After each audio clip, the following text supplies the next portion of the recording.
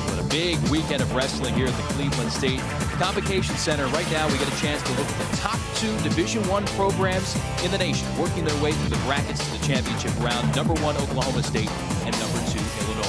Hi again, Jason Knapp. Glad you could join us one more time for college wrestling here on CSTV. This really a special event, unlike the NCAA championships coming up in March, where the individuals gather team points to crown a national champion.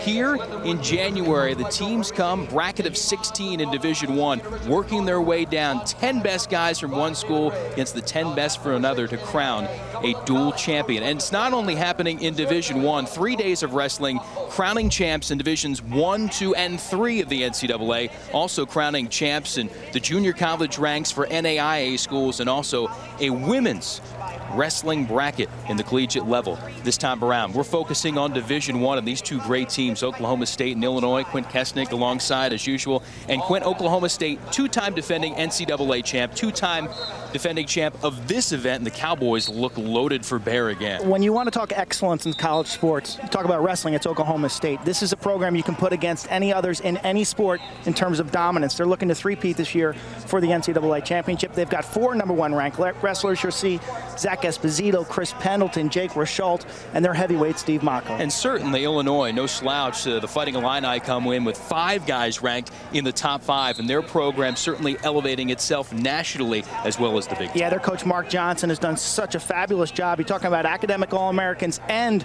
5 place winners last year in the NCAAs. It starts early. They're a little stronger in the lightweights. You get to see Kyle Ott and Mark Jayne right away for Illinois. And there is a look at Kyle Ott, the number 2 ranked wrestler in the nation at 125 pounds. One of 5 returning All-Americans for the Fighting Illini. He will start it off against Oklahoma State's Coleman Scott, freshman out of Waynesburg, PA, as we are set to go here at 125 pounds. Championship of the NWCA Cliff Keen National Duels here in Cleveland. Kyle Ott lost in last year's NCAA Finals to Jason Powell of Nebraska. Coming off his first loss of the season yesterday, Illinois against Oklahoma. Sam Hayeswinkle from Oklahoma, the number 1 ranked 125-pounder, beat Kyle Ott in overtime. Certainly Ott the favorite in this bout. And there's Coleman Scott, the true freshman. They had hoped to redshirt him this year, but around after the Christmas break, he basically solved his weight issue problems, and the 3-time Pennsylvania State champion is ready to go. He's been thrown to the wolves, so to speak, with tough matches against Nick Simmons from Michigan State, Falk from Iowa, Mormile from Cornell. He beat Andrew Rizzi of Lehigh yesterday 13-2, and probably his biggest win as a collegiate wrestler. Now, both of these teams being tested, working their way through the 16-team bracket. There you see the head official, Mike Allen out of Iowa, David Hickson of Charlotte, North Carolina, the other official here for this championship match between Illinois and Oklahoma State. And Quint, another feature we'll be giving to folks. We'll be checking out some of the other Division I place-winning matches here, some other great teams in action. We'll try to showcase them as we go along. Early in a match, so important to establish tempo and tie-ups. Ott with the first takedown. Coleman Scott from Oklahoma State, a very, very large 133-pounder. They all weigh 125-pounder. They all weigh 125, but he's very tall. Kyle Ott coming in here, getting the first 2 points, and we'll see that a lot of these guys coming in with unbeaten records, suffering their first losses of the season. We'll see that for both of these squads. Be interesting to see how they react, and especially for Illinois against this top-notch Oklahoma State program. Ott cuts him free. Coleman Scott with the stand-up. Nice duck under attempt. Look at the quickness of Kyle Ott. That's really his signature. He's got tremendous quickness on his feet. A couple of takedowns for the junior from Huber Heights, Ohio, Kyle Ott, NCAA finalist last year. Mark Johnson, Illinois head coach. Kyle Ott, 25-5 a year ago, pre-med major, really has been hampered by knee injuries throughout his career. initial surgery to repair a cartilage in his left knee has led now to 14 different surgeries on that left knee. So they've had to kind of ease him along this season. Started out slow in November and December, but he's starting to get it into mid-season form. You see he cut Scott loose again, giving up the escape point, and they'll work from neutral. And talking to Mark Johnson, I asked him, how much do you let him have to gauge himself, because the coaches want to certainly push these guys and have them peak into the Big Ten and obviously the NCAA championship portion of the season. He said it's a tender balance trying to figure out what Ott can do and what he can't do. They try to limit what he does during the course of the season. I think this Illinois team learned a lesson last season. I think they peaked a couple weeks too early. They had a strong Big Ten dual meet schedule, and then they kind of faded in the NCAA tournament. Truthfully, they came in 7th in the NCAA tournament with 5 place winners. A lot of people thought with a little better showing, if they had wrestled to their seeds, they could have come in maybe 3rd or 4th. And this year, certainly, they've got a shot to upend Oklahoma State if they peak in March in St. Louis. Headed towards the final minute here at 125 pounds. Kyle Ott with a 4-2 lead on Coleman Scott of Oklahoma State. Ott needs to get some motion going. He's the quicker wrestler. Control the tempo and the tie-ups by using movement on his feet. Coleman Scott, with that lanky frame, wants to hold on to Ott in some of these tie-ups. Kyle Ott's probably better off in a looser tie-up position.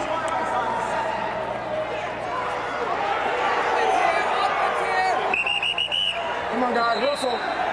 Let's wrestle, guys, come on. A stoppage here. Mike Allen encouraging both guys to wrestle. I think that was geared more towards Coleman Scott. Scott thought about the shot. Ott coming in, making another, looking for a 3rd takedown here in the first period, and Scott able to deny. Excellent sprawl by Coleman Scott. Ott with the single to the right leg. Didn't get the second hand there and didn't finish. So it was a nice sprawl by Coleman Scott, who is a pretty good defensive wrestler on his feet. This is such a learning curve right now for Coleman Scott, being a true freshman, wrestling one of the truly elite guys in Division I, Kyle Ott. Headgear.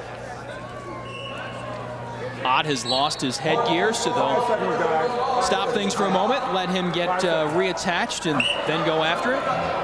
There you see John Smith looking on as this wrestler trails after 1 period. Red choice. Red, your choice. Red. Now, we told you we were going to swing around and showcase some of the other top collegiate wrestlers and programs in the country. Here's a peek at something from the 5th place match. Oklahoma State and Central Michigan fighting for 5th right now in the dual meet setup here. And 125 pounds, a look at Sam Hayeswinkle, who gave Kyle Ott his first loss of the season in the quarterfinals earlier this weekend. Yeah, it was a wonderful match. Hayeswinkle, an NCAA place winner last year, currently ranked #1 in the nation, known for his ability on his feet. Oklahoma's got 2 #1 ranked wrestlers, Keon Ware and this guy right here, Sam Hayeswinkle. Hayeswinkle beat Ott in overtime, took him down pretty quickly in the first overtime period. Hayeswinkle with a 9-3 lead right now as they work to the final minute of period number 3. So it looks like he will put the Sooners out to the early edge in that bout for 5th place here at the National Duels. Hayeswinkle, only a sophomore from Pensacola, Florida. His father was an elite wrestler, wrestled for the U.S. Olympic team. And Sam Hayeswinkle, certainly one of the up-and-coming stars in terms of Greco-Roman and freestyle wrestling. Certainly saw him in an appearance earlier this year on CSTV at the NWCA All-Star Duels, and Hayeswinkle in position to put the Sooners on top early against Central Michigan. Now we'll dive back into our featured match between Oklahoma State and Illinois. Still 4-2 here in period number 2 between Kyle Ott and Coleman Scott at 125 pounds. Check that. Ott getting 2 more before they go out of bounds, so a 6-2 cushion for the Fighting Illini wrestler. Say bonus points here early would be big for Illinois. Because remember, late in this dual meet, if you're Oklahoma State, you're counting on Pendleton, Rosholt, and Steve Mocco to potentially win and maybe win big. Yeah, last 4 weights, Oklahoma State has 3 #1 ranked wrestlers heading in there, so they certainly are counting on their big men to do their job. Illinois, as Mark Johnson told us before the match, really would like to get some bonus points if possible. First the wins, and then add on some bonus if capable here at 125 and 133. See the solid referee's position. Trying to chop the arm, but Coleman Scott, too strong, stands up easily. Picks up a point for the escape. Basically, Ott's got 3 takedowns, and Scott's got 3 escapes.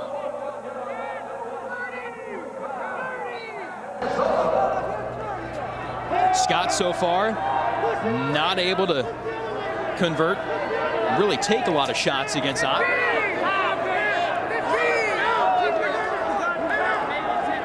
The 3rd season as the Fighting Illini starter at 125 pounds for Kyle Ott. Ott's got to move here. Coleman Scott's his best shot he took yesterday was a double leg. Looking over to Coach Smith and John's brother, Pat Smith. One of the highest recruits in the country, Coleman Scott out of Pennsylvania, as I said earlier, 3-time Pennsylvania state champ. Coming into this match with an 18-4 record this season, 5 falls. As a red shirt, they can compete in open tournaments in college wrestling. So you can red shirt, and he did compete in the Reno Open and the Coffin Brand Invitational, and that's why he has matches. It's not like other sports when you red shirt, you can't compete because they have open tournaments with guys who are also red shirts and guys who are graduated from college. Certainly a good learning experience for those guys as they gather some match time and work on technique, and a lot of it weight training as well as they get acquitted to the landscape of college wrestling. Another escape point there for Coleman Scott, back within 2 of Kyle Ott. He's hanging around this match. You know, Kyle Ott's taken him down 3 times, but Coleman Scott is hanging around this match, giving himself a chance. If he hits a nice move, if he takes him down, who knows, we could go to overtime. Both of these wrestlers winning 2 of their previous 3 matches in the dual meet format this weekend. There's a shot attempt from Coleman. Ott with a nice counter. No points scored in that flurry. Coleman Scott has the same body type as last year's NCAA champion, Jason Powell, who is just an immense 125-pounder. We'll find out who's tough when they're tired right here. A minute to go. And again, and speaking of guys winning 2 out of 3 matches, 4th match of the weekend for these guys, 3 matches yesterday as they work their way through the bracket. And we'll see how the fatigue factor is here, as you mentioned, Quint, in the final 45 seconds at 125 pounds. Kyle Ott's going to finish this match strong. He looks fresh. He looks quick. Right now, it's a mental game for him. You don't want to make that mistake. You got to show the referee that you're not stalling also. So you want to move. Don't take a bad shot. But you can block. See him blocking right here with this inside tie-up, using his forearm to block Coleman Scott. See how defensive Kyle Ott's becoming right there. Getting that inside tie-up, playing the edge a bit right now, keeping this match near the sideline. Scott's got a shot here in the final 15 seconds. Riding time not a factor. They go out of bounds. He's got 11 seconds to get a takedown and even this thing up. Okay, we're going to caution red. And there's a caution. Jumping the gun there. Just a warning right now. Repeated infractions would cost him a point in the match. Can Scott get a takedown here? 125. Working towards the edge, no, back to the center. And Kyle Ott looks like he's gonna hang on. Victory for Illinois at 125, but no bonus points there. 6-4 the win for Kyle Ott, and the Fighting Illini strike first.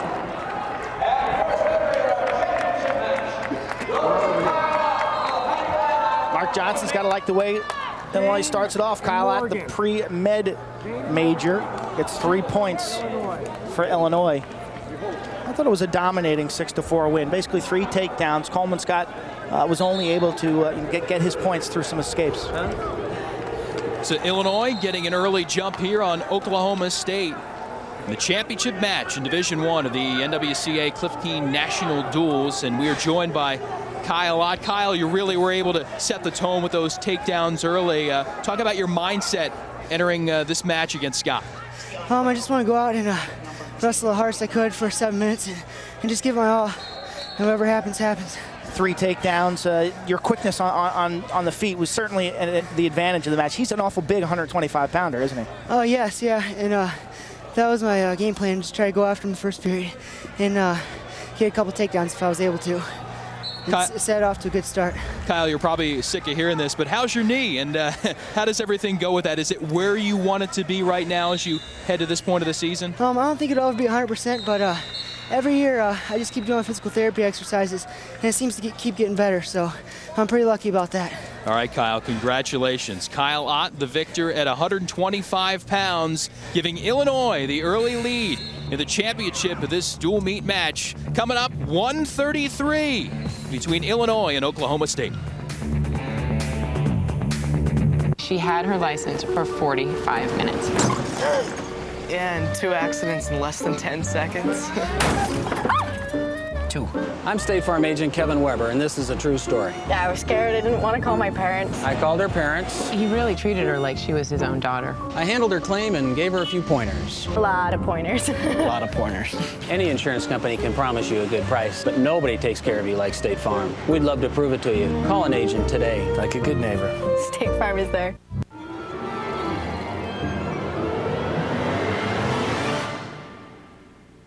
DirecTV Freeview presents Julia Fordham. Let's do it, let's do it, let's jump. Don't miss the smooth sounds of this English songstress as she performs signature classics like Porcelain.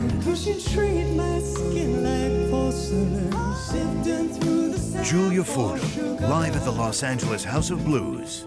Premiering New Year's Eve and playing every weekend in January on Channel 124. I want to tell you the truth. I think I always knew, all this time, who you really were. You and I can never be. If my enemies found out about you, I can never forgive myself. I know there'll be risks. I want to face them with you. In case we die. You do love me. I do. Playing this month on DirecTV Pay-Per-View. Get ready for action.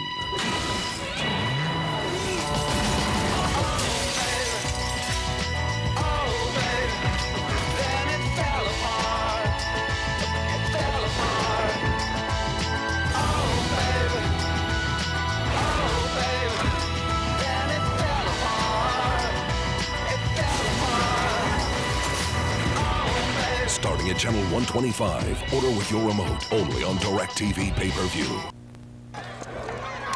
Here in Cleveland, Illinois striking first against Oklahoma State at 125. Now at 133 pounds, Nathan Morgan, freshman from Bakersfield, California, will be saddled up against third-ranked Mark Jayne, the senior, defending Big Ten champion at 133 pounds for Illinois. And Jayne has had a wonderful weekend for the most part so far. As we take a peek at the wrestlers, Morgan 20-2 so far this season, but has suffered his first 2 losses of the season this weekend. A 4-time California high school state finalist. And in the dark blue, Mark Jayne, 2004 All-American. He too came into this weekend unbeaten and also suffered a defeat for the first time. But in his other matches, Jayne faring pretty well. Taken to overtime by Seth Lisa of West Virginia. This wonderful match in the first round of this dual meet. And Jayne coming up with a rather rare overtime win by pin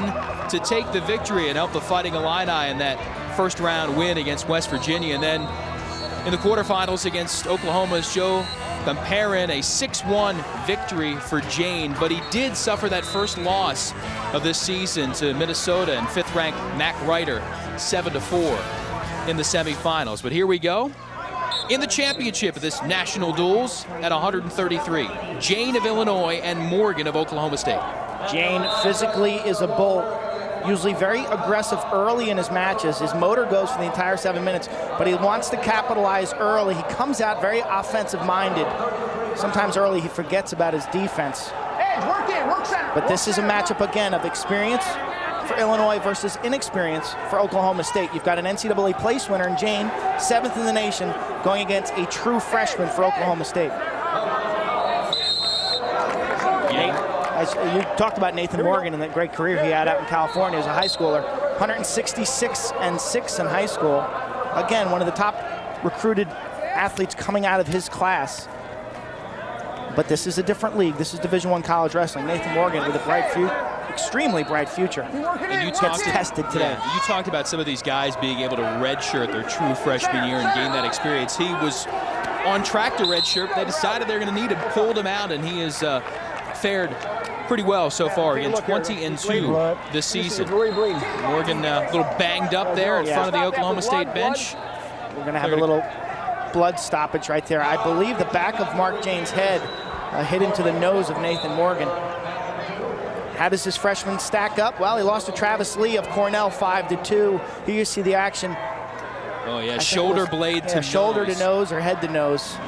Lost to Travis Lee of Cornell 5-2. Travis Lee, the NCAA champion 2 years ago, and lost to Chisuli of Lehigh 3-2 on riding time. So, you know, Nathan Morgan is right there. Certainly in step in his first season. Mark Johnson there with his favorite mark, at least in a singlet right now. Mark Jayne beat Michigan's Foley Dowd last year in Columbus, Ohio to win a Big Ten title, and then, as Quint mentioned, went on to the NCAAs, earning All-America status. Illinois coach Mark Johnson, very complimentary of Mark Jayne, says he's the hardest worker we have in our program. And that's saying something, because their program is littered with type A personalities. I mean, you got guys who are just insane in terms of work ethic in the classroom and in the wrestling room. John Smith checking out one of his prized freshmen. Well, this is tough. You know, a little delay between the matches, and now we've got this blood timeout. In terms of match flow, you know, it's important not to get lulled to sleep here if you're an athlete. It's so important to warm up properly before these matches, helping your body prepare for battle. It helps reduce anxiety. But, you know, it's important that you manage a delay like this. And you see Mark Jayne puts on the little warm-up suit to stay warm as Nathan Morgan gets his nose attended to.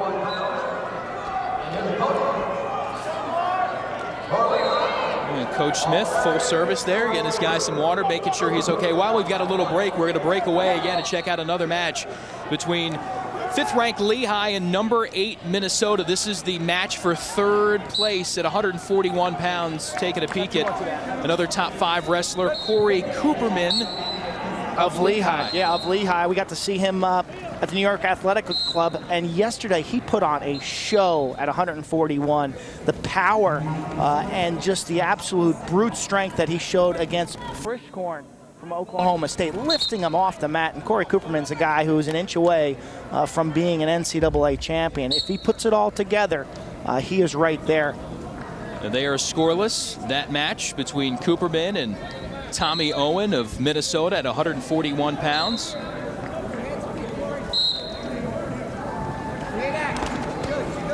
Cooperman, another wrestler we saw earlier this year on CST, both in Lehigh matches and also at the National All-Star Classic. As we head back to our feature match, Nathan Morgan is back after his blood time and is looking to be okay, getting a takedown on Mark Jayne midway in the first period. And we've got more blood on the mat. Referee Dave Hickson sending the wrestlers to their corners to get Nathan Morgan attended to, and there's some trails on the mat. And take a look at John Smith. When we were in St. Louis for the All-Star Duels, I was lucky enough to watch John Smith, Oklahoma State's coach, give a clinic to about 180 athletes, and it was really amazing to watch him work with some of the youngsters. His quickness is still there, because later in the day we watched him drill and wrestle Zack Esposito, who you'll see later.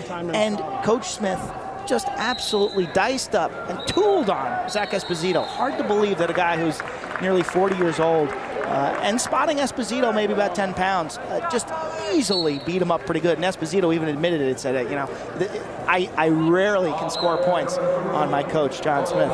Certainly a fantastic wrestler, one of the best Americans ever, the 2 NCAA titles, 2 Olympic golds. And he has turned Oklahoma State into a powerhouse. And, you know, Lehigh's wrestling program is also revitalized, and the Mountain Hawks here back on mat 1 at 141 pounds. Cooperman against Owen, still looking for the first points of this one. We may see them there, although Owen does a good job of working out of that situation. Greg Strobel and Lehigh have a huge dual meet coming up on February 13th against Oklahoma State. That'll be a rematch of yesterday's bout, which Oklahoma State won 20-16. Lehigh's got I'd say about 3 or 4 guys who could potentially win it, the NCAA championships, and Lehigh certainly a favorite to win the Easterns this year. Yeah, Minnesota certainly no slouch either, losing in the semis to Illinois, tight 20-15 score, and we will see Illinois at Minnesota later on this year right here on CSTV, what could be a key dual meet to decide how things play out in the Big Ten. We are back underway here. Feature match between Illinois and Oklahoma State. This 133 pounds. Escape now by Mark Jayne has made it a 2-1 score against the true freshman Nathan Morgan for Oklahoma State. Motion and body fakes. Mark Jayne needs to get him moving. We've got more blood. Blood, Dave. Blood. Okay. I got to well, let it go. You hear the officials talking about the blood in the wrestlers and trying to work their way to the corner, sort of let the situation play out. That's a tough call for a ref too, to interrupt things when they want to also stop for the blood. It's not a decision. It's if there's blood, the whistle blows, and we go to our corners and get it fixed up. And for Mark Jayne, the tempo here. As you look at the 133-pound national rankings, you're seeing 2 of the top guys. Mark Jayne ranked 3rd right now. Travis Lee and Cornell, he was here. Sean Bunch of Edinburgh. Tom Plum was also a Big Ten champ at 125 last year, so 133 is stacked nationally right now. Yeah, it was good here too. These 16 teams in Division I who are here. But the breakage of time here, this really works against Mark Jayne. Mark Jayne's a wrestler whose motor goes. He wants action. He wants action-packed 7 minutes. He's got a little home court advantage here, having grown up near Cleveland. Went to St. Edward, along with that man right there, assistant coach Jim Heffernan, who was a NCAA champion at Iowa, 1986, 150 pounds, hard to believe. Still involved here in the program, and they're working more severely on Morgan right now to try to stop that bleeding, which keeps sprouting out here at 133 pounds. And talking about the weekend, Oklahoma State beating the Citadel 45-3 in round 1. Then in the quarters, 22-12 against Cornell, and then beating Lehigh 20-16 in the semifinals. For Illinois, 34-6 over West Virginia, 21-12 over Oklahoma in the quarters, and then 20-15 over Minnesota to work its way to the championship match here at the National Duels. Now Morgan, after 3 blood stoppages by my count now, going back at it in this elongated first period, but still the 2-1 lead on Mark Jayne. Nathan Morgan, maybe a little undersized for this weight class, 133. He's a little small, but extremely quick on his feet. Where he has struggled this season is on the mat. Chiasuli of Lehigh really kind of dominated, and once they got on the mat, Chiasuli with the legs and some of his really aggressive rides was able to grind that match to a halt. But this is where Nathan Morgan's at his best on his feet. End of the first period, and Mark Jayne in a rather unfamiliar position, trailing, losing 2-1 here, and he will start period number 2 on bottom. Okay, settle. Good. Red, go. Jayne winning a Midlands title this year. Fighting Illini actually winning Midlands for the 2nd year in a row. This, though, the first trip for this program to the National Duels, and they are certainly figuring out what this experience is all about. And Mark Johnson said, you know, we won't really know how this works till the end of the season. Potentially dangerous. Draws some unhappy comments from Coach Smith, his staff, and the rest of the Cowboy wrestlers. See Coach Johnson to his right, our left. That's Carl Perry in the blue. He's an Illinois NCAA champion as well, assistant coach with the Fighting Illini. Good, 1 escape, 1. Jayne getting an escape to tie it up, then looking for a single there, and going out of bounds. 2-2. Nathan Morgan with all the blood time. It seemed like that first period lasted forever. He's got to wrestle with the gauze or the cotton balls up his nose, which can be difficult to breathe when you have how many passages you can breathe from, your nose and your mouth. Take away one, yeah, it's got to have an impact. Jayne working up top. They break, and Jayne working on the right arm of Morgan.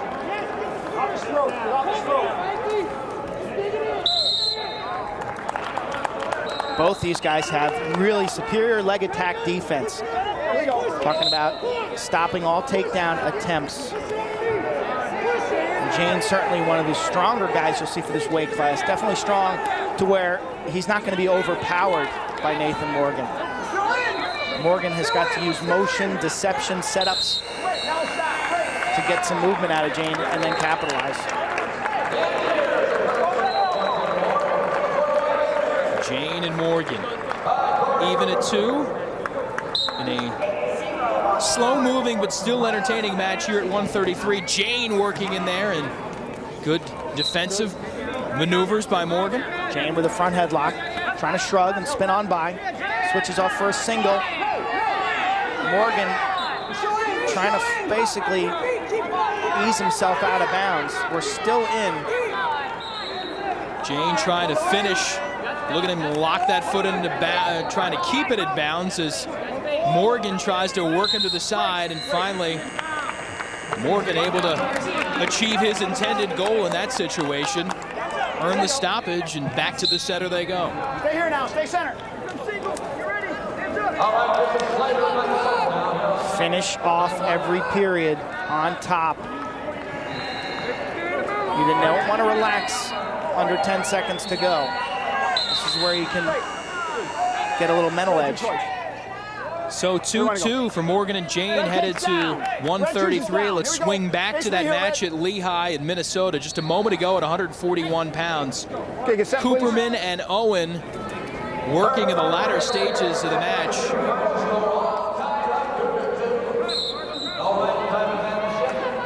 Corey Cooperman cutting him free, riding him out there a bit, cutting him free, and gets the decision for Lehigh.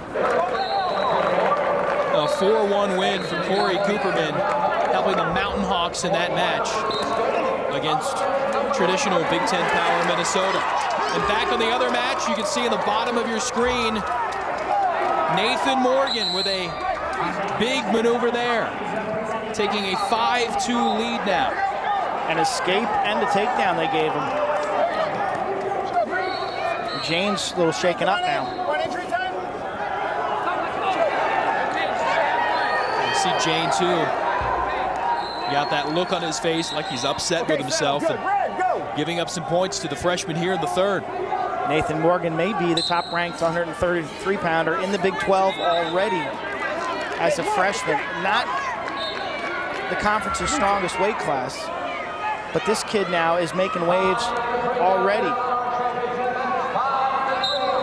Beating Reeder of Minnesota. And there you see a veteran coming back. Mark Jayne with a impressive takedown. To tie it up. Cuts him free right away. Does cut him free. Gives the lead back to Morgan at 6'5". No advantage in riding time right here. Jayne attacking again. This would be a humongous win for Oklahoma State if Nathan Morgan could pull this out. But look at Mark Jayne, how tough he is, I tell you. This guy, now he's going to try to ride him out with the 1-point lead right here. Yep. 2 for the takedown, giving Jayne the 7-6 lead. And you could see the tension on his face, upset with himself for giving up those points in the third. And he has responded with 2 big takedowns to take a 7-6 lead. Last year's Big Ten champion, academic All-American. He's going to try to ride him out now, 30 seconds. Working to the quarter, down, no points. Back to the center neutral. Jayne is well conditioned. Hey, quick, it's barely bleeding. Let's go. Let's go. Nathan Morgan looking for some blood time, but the officials saying no. Dave Hickson says no, there's no blood there. Get back on the mat. You're down. Time he would certainly maybe like a blow here. Settle in now, settle, Red. After facing the fury of Mark Jayne here in the third. Jayne wants to be a teacher after college. No, green.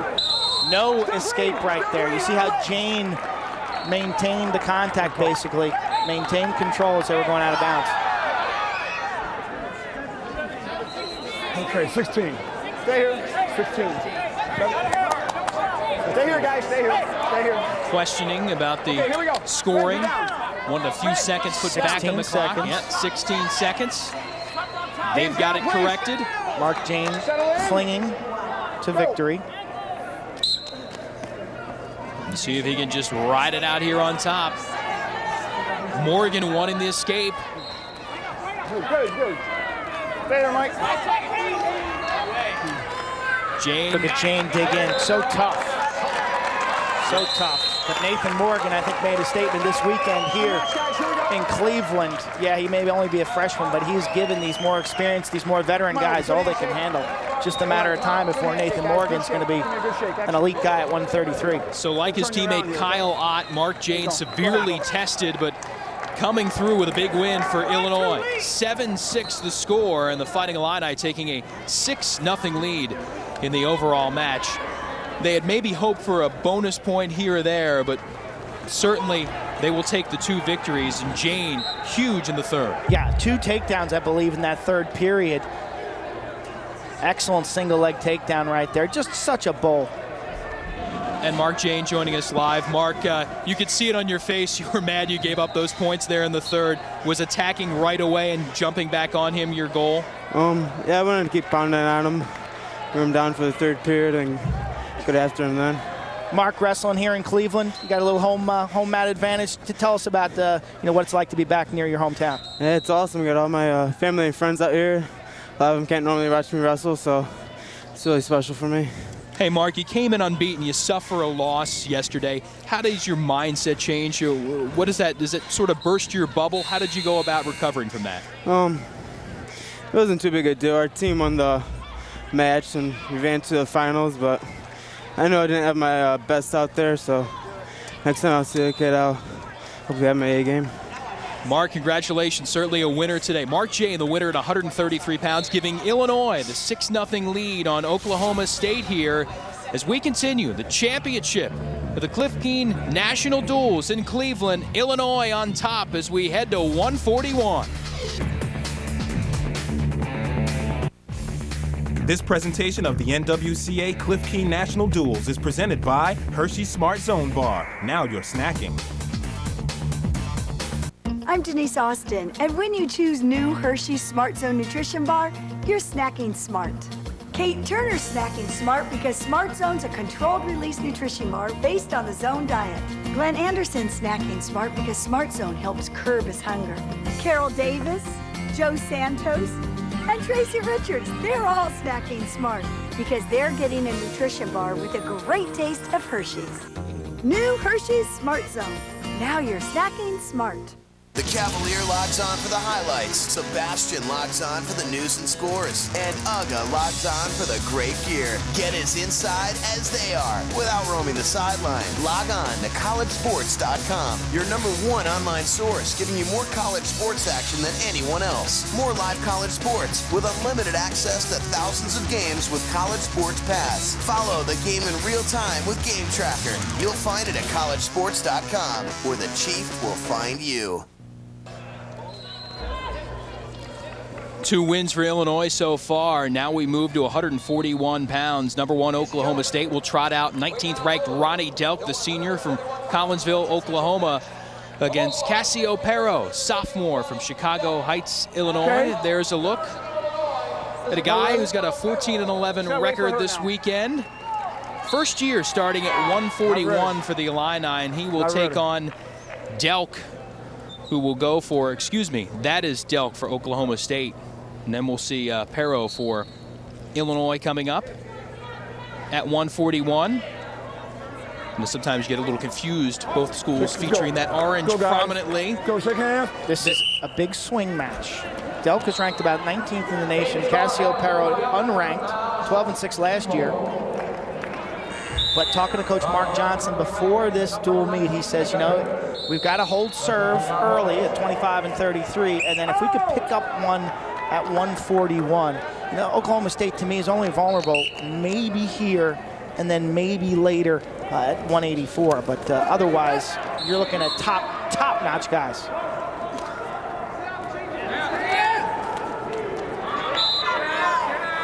See these guys here working in the first. You will see other officials there. You see at the bottom of the screen from Big other throw, matches and other big wishes. throw.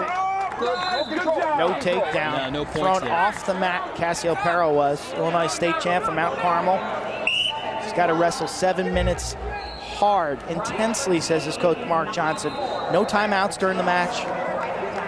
Full steam ahead, making it an athletic contest. Yeah, he split time. Ronnie Delk did with Daniel Friskhorn this weekend. Delk picking up a victory. 50-year senior Delk, 14-14 last year. They've been flip-flopping here this weekend where Friskhorn did a nice job against Cornell and Lehigh. Friskhorn won against Cornell and then lost to Corey Cooperman. You okay? Of Lehigh. While this match at 141 gets underway, we're going to swing over and take a peek at Michigan and Penn State fighting for 7th place here at the National Duels. Ryan Bertine of Michigan, 2 years ago, the NCAA champion, beating Alex Tirapelle of Illinois, who you'll see later in our match. Bertine looks good this weekend. Looks sharp. We saw him in the All-Star duels lose to Jake Percival of Ohio University. And here he is. Working against Nate Galloway of Penn State, 9-5 in the third. And Galloway coming back with some points, tightening this one up.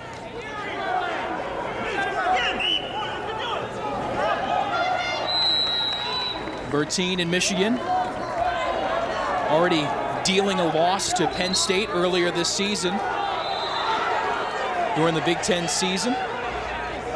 And Bertine looks to be in control here at 157 pounds.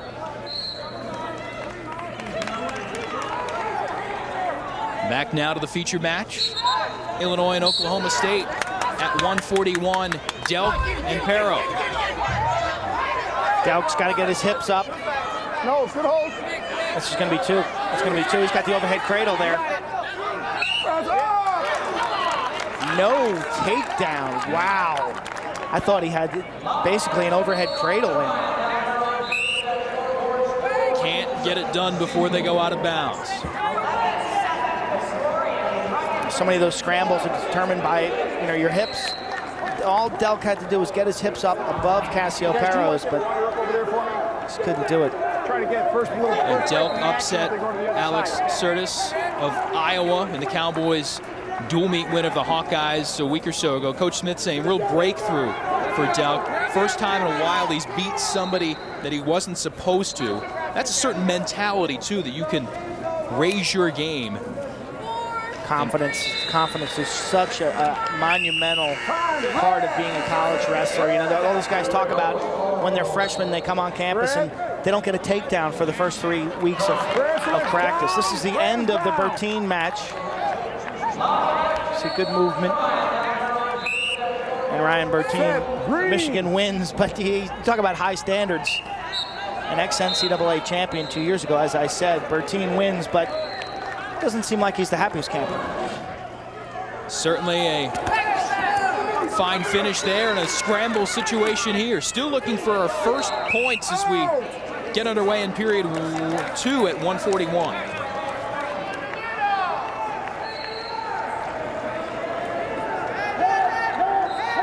Hand control, wrist control right off the whistle. Delk trying to stand up. See Pero going with a tight waist, some wrist control underneath. Excellent stand-up by Ronnie Delk. Delk with a point in the escape. Pero 7th at the Midlands this year. His brother, Jason, lettered for the Illini, 96 and 98. He's been 1-2 in earlier matches this weekend, but if there's such a thing as a good loss against Tion Ware, the outstanding wrestler from Oklahoma, only went down 3-0, so certainly gaining some experience there against a talented guy like that. Yeah, that's a tough read, though, sometimes with Tion Ware is such a tremendous defensive wrestler that he can beat you 3-0 and the match was never close. Tion Ware, nobody scores points on Tion Ware.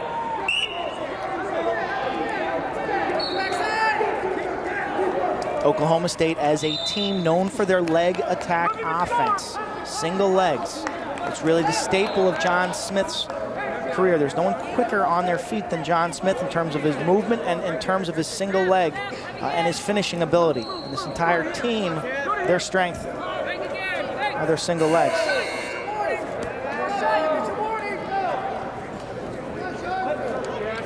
Neither wrestler able to convert on a single or any other takedown maneuver so far. Just the lone escape for Delk. Hand fighting for tie-ups. They're head-to-head right now. Looks like Delk wants a double. Oh, he's in deep. He's in deep here.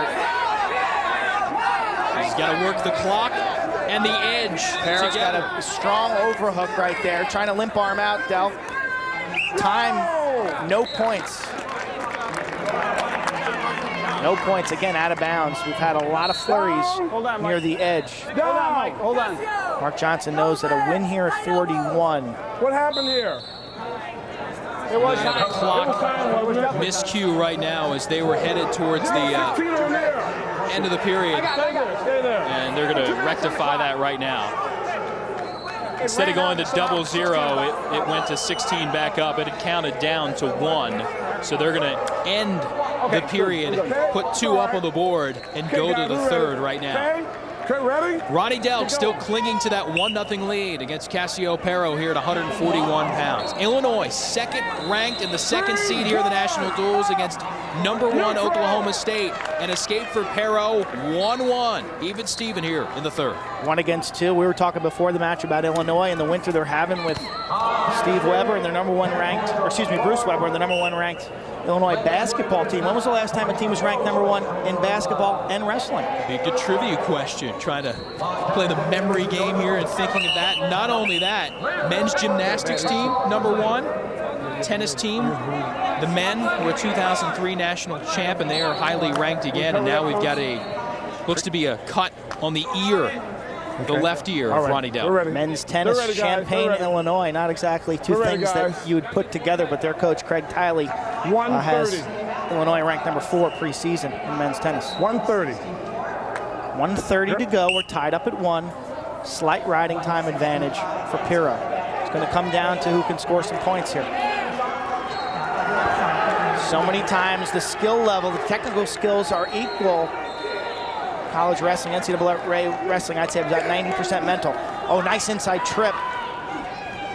Nothing. Again, Delk dominating action, but that's about the 4th time he's gone out of bounds with good scoring opportunities. And this, in the overall landscape of this dual meet, is a huge bout for Illinois. If they can steal some points here, really put the pressure on with Oklahoma and their top-ranked wrestlers, a lot of those guys coming up in the heavier weights. Got the feeling this one's headed to overtime.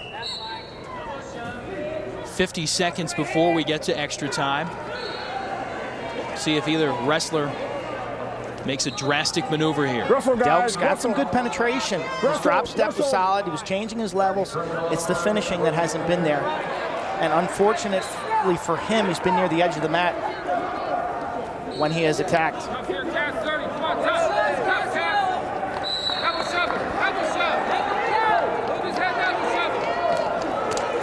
Throw by. Tried to shuck him by right there.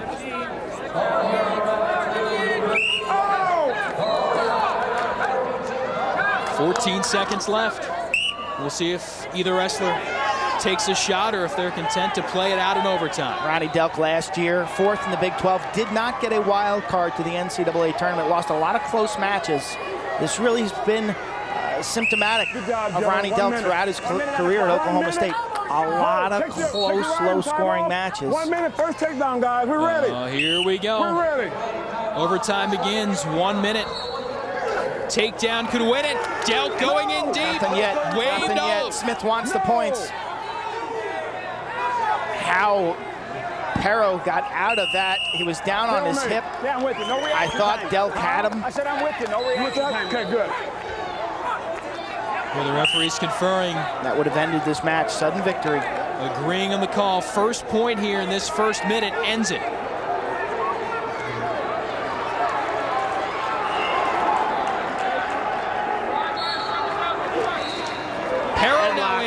Headlock. Delk coming back. Delk tried to high leg over. Look at Delk, he's relentless here. He's just attacking. Tying his moves together well there. Headlock attempt, then he tried to hip over, high leg over. There's got to be a frustration level, too. He has really fueled the action and dominated for the most part, but just can't get a takedown.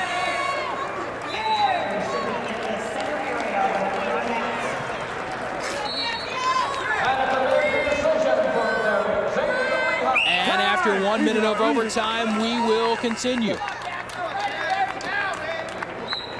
Okay. Flip for choice. Yep. Red down. Delk chooses down. Hey, keep wrestling, okay? Go. Here are the instructions Keep from wrestling, doing a good job. Keep Mike wrestling. Allen. Go ahead. Telling these guys to keep working here. They've got to be a little peaked after now 8 minutes and working their way for some more time. Each wrestler will get 30 seconds and a chance on top. Granby from a stand-up. Smith wanted it, reversal points there. Delk picks up a point for the escape. 12 seconds it took him. And if there's no further scoring, and there's not, Pero will now get a shot on top. Or excuse me, Pero on bottom. Yep, Delk chose Delk down. on top. Okay, let's go.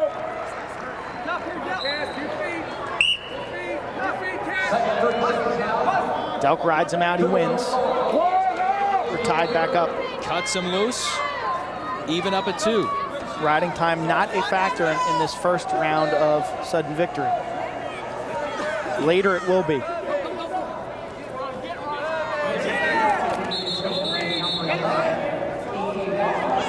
Under 5 seconds to make something happen. Doesn't look like Cassio Pero wants to penetrate down below. Looks like he wants to play defense on his feet. That last shot attempt was kind of a bait. It was kind of a fake to see what kind of reaction he'd get out of Ronnie Delk. Here we go. 2-2 as OT continues.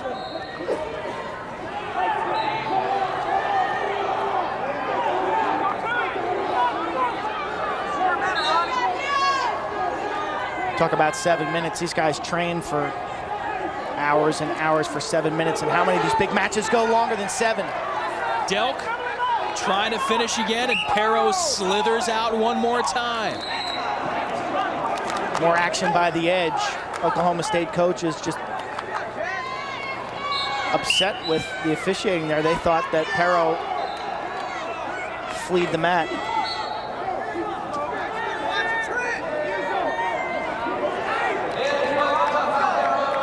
Delk had inside position. Pero able to thwart another attempt.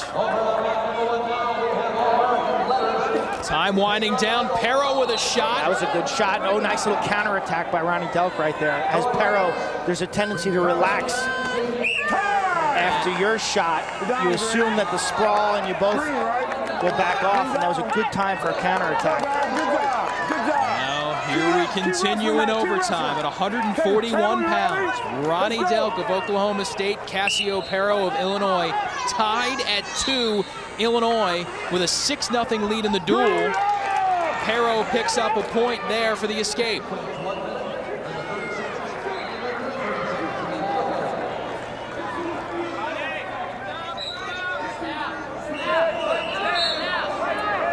These two guys again seem content. A lot of pushing and pulling going on to ride there. Things out. Trying to set each other up. Snap down, shuck to the side. Remember, every action leads to an equal reaction from your opponent. So if I push you one way, you're going to fight that and come back the other. So we're talking about setups. Down. All right, Pero working on top. Okay, you get set. You come on down. Keep with a 3-2 lead. Delk likes the Granby off the stand-up. We watched that earlier. This is where he likes to roll from. Pero's trying to elevate, get him off the mat.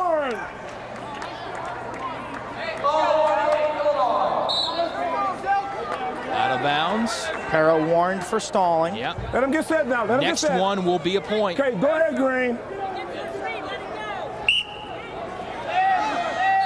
Whoa! Delk is up and out. Delk's Can he in get deep. the takedown? He's in deep here. Hips, hips. Perro trying to counter. It's all about hips right here. If Perro can get his hips out.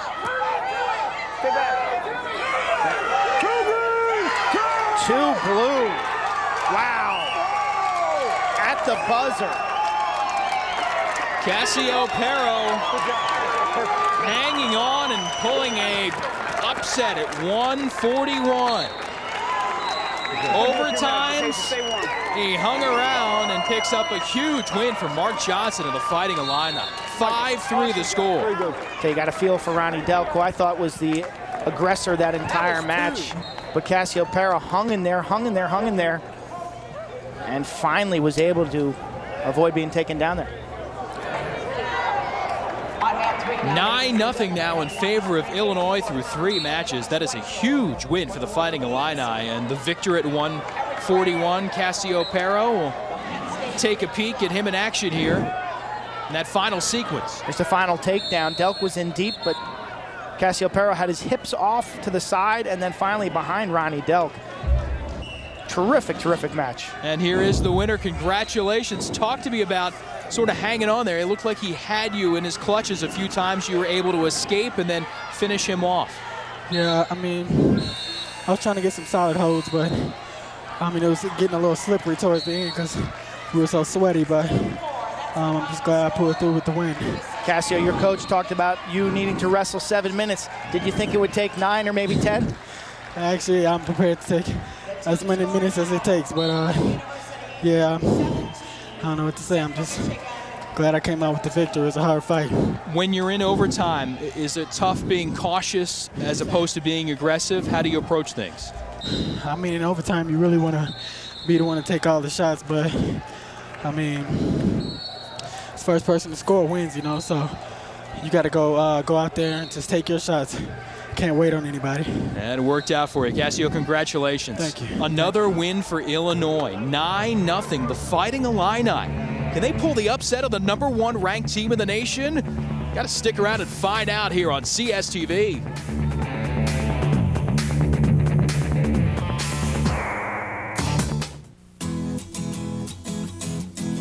Let's join hands now, come along to a place we all belong.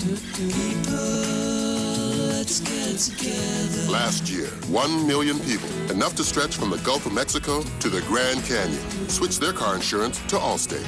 Why? People saved an average of $338 a year. Out to save America some money.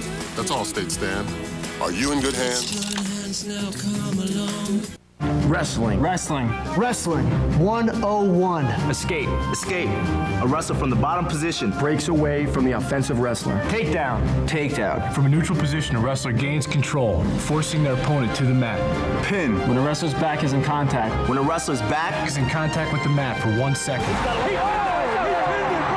Saturday at 3, CSTV's Rivalry Series, presented by Bud Light, Penn at Cornell. Now you know the lingo.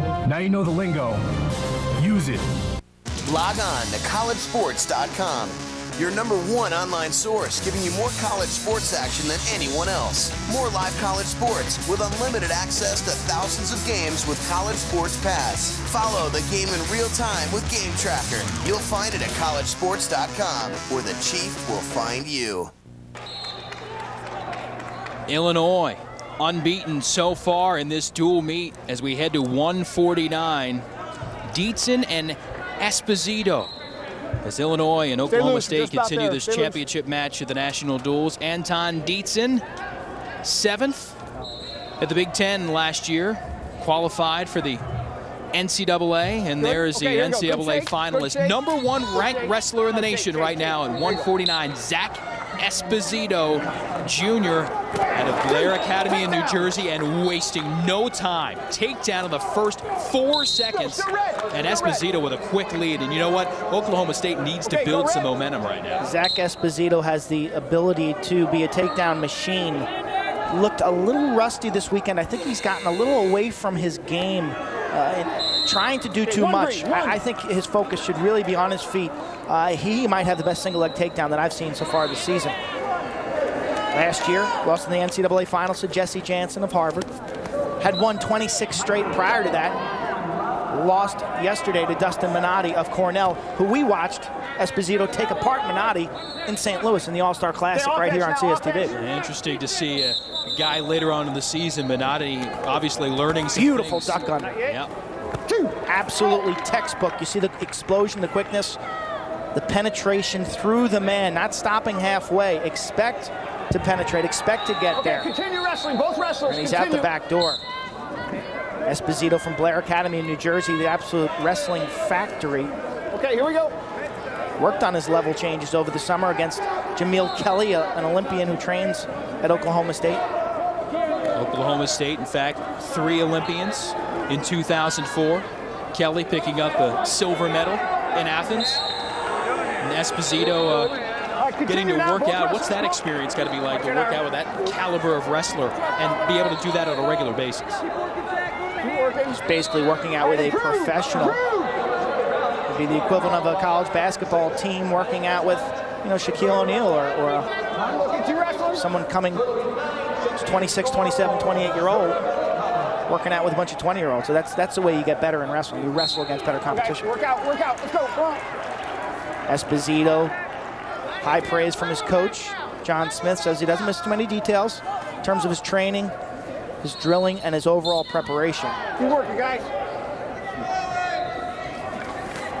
That's good, keep it down. He's controlling things from the outset and trying to... Got to hold him for a 2 count at a 45-degree angle. Dietzen's being warned for stalling early here. Dietzen, as you said, an NCAA qualifier, 7th in the Big Ten, 20-10 last year. Got married last year to his high school sweetheart, who also ran cross country, Sealy, and she's here.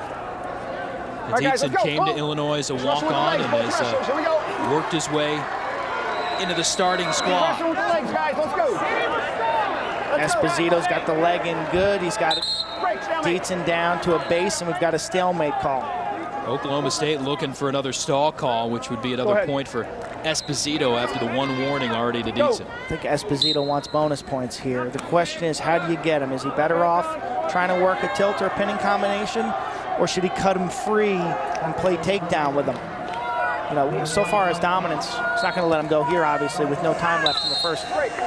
Yeah, he has already accrued 2 minutes and 25 seconds of riding time. But what's your plan? You know, these guys often talk about, you know, what's plan A, and what am I trying to do in this match? What's my strength? What's my opponent's weakness?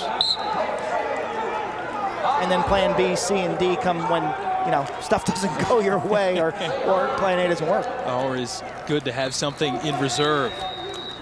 But so far, whatever the plan, it's working for Zack Esposito. 2 takedowns in the first and a 4-1 lead headed into the third. Oklahoma State, orange singlet, black trim. Illinois, predominantly the navy blue with the orange trim. Little headbutt there. Esposito got it in the forehead. My time, just take a quick look here. There's no injury yet. Not a pretty sight after wrestling 4 Okay, let's go. Here we go. 4 matches in a 2-day period. But this is a great training ground for these guys in terms of the NCAA tournament or the Big 12 or Big 10 tournaments. They've got to be able to wrestle their 5 best matches, basically a 2 or 3-day period in the NCAAs if they want to be crowned champion. And this is a great training ground for that. Front headlock by Esposito, trying to get an angle, circle by. He should finish this. And he does. Single to a double. Turns the corner well. He's got good agility and speed, finishing capabilities as well. 6'1", halfway through period number 2. Oklahoma State looking for its first win in the championship here at the National Duels. Okay, get on, Red. After 3 straight from Illinois. Ott, Jayne, and a surprising win a little bit by Perro at 141 has given Illinois a 9-0 lead so far in the dual meet. Esposito sometimes scrambles, and look at this, working the overhead cradle off of a scramble.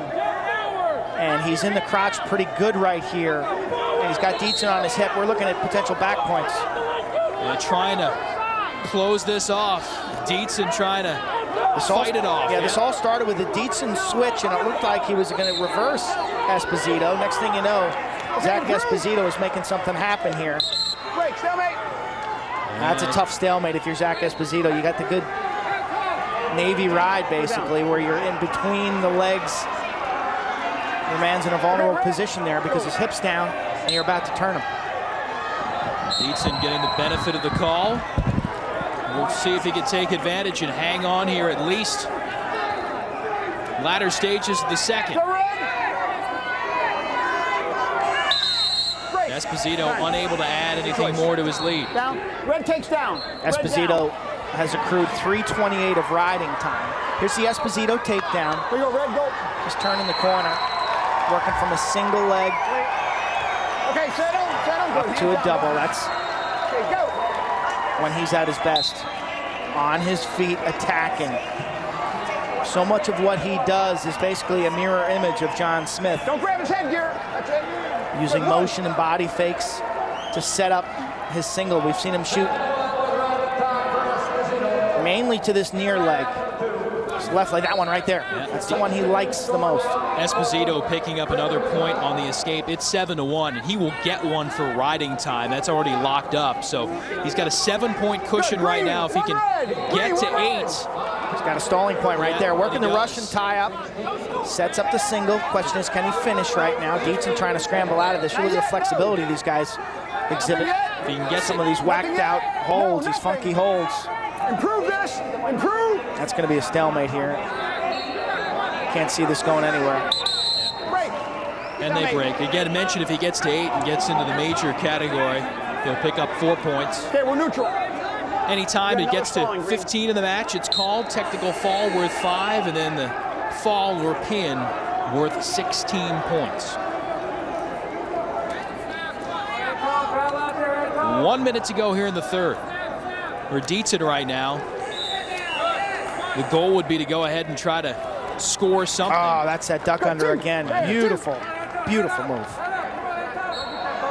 Superb execution by Zack Esposito. There's a little push-pull going on there where he'll snap Dietzen a little and what that does is that kind of pulls Dietzen forward. We could see when I push you, you come forward. Exactly.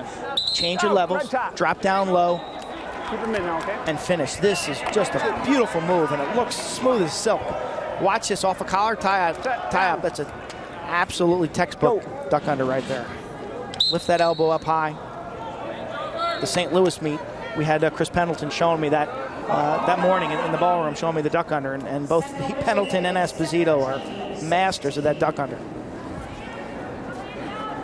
Esposito 33-2 last year, and again, as we mentioned, up by 9. Second place in the NCAA tournament. Move to 10, but that's still only. Yeah, right now it's one extra bonus point in the major category. Zack Esposito going to get Oklahoma State on the board with a major decision. Tack on the riding time point. It'll be 11-1 and a victory finally for the Cowboys. You got to go all around. Over here first. Zack Esposito takes it at 149, and John Smith can congratulate his wrestler and see that his squad has finally earned its first points of this dual meet. 9-4 the score now through 4 matches. And the victory for Zack Esposito here at 149. We talked about those duck unders and good moves. And the winner at 149 is joining us right now, Zack Esposito. Zack, did you feel a need to really get out there and set a tone right away, considering what's happened the first 3 matches? Oh, definitely. We went out those first couple matches and then didn't go our way. I know how to get some momentum going for the team, and kind of put everything aside for myself and kind of dug down and just got it all for my team there. Zack, you had 2 of the prettiest takedowns we've seen in a long time. That duck under late in that match was just sensational. You know, what sets that up? Why is that so effective? I don't know. I don't want to give it away. Nah, kid. Nah, just pressure and guy pressuring into me and just being where he's not at, and then just find a little window and just go. For you personally, bouncing back after the Cornell match to Dustin Minotti, what's the lesson learned there? I don't lose again. Yeah, that's really it. That's all. Wrestle my match. I didn't wrestle my match that match, so that's what kind of I took from it. Well, you wrestled your match tonight, Zack. Congratulations. Zack Esposito, victor at 149. Championship of this national duels. Oklahoma State finally on the board. Cowboys looking for another win at 157, but Illinois with a top-ranked wrestler. I'm Denise Austin, and when you choose new Hershey's Smart Zone Nutrition Bar, you're snacking smart. Kate Turner's snacking smart because Smart Zone's a controlled release nutrition bar based on the Zone diet. Glenn Anderson's snacking smart because Smart Zone helps curb his hunger. Carol Davis, Joe Santos, and Tracy Richards, they're all snacking smart because they're getting a nutrition bar with a great taste of Hershey's. New Hershey's Smart Zone. Now you're snacking smart. Catherine, wait. Leave me alone. I'm not worthy of you. It is I that am not worthy of you. How can you say that? Edward, you have been nothing but honorable. I've been a fool my whole life. Catherine, I love you. I've always loved you.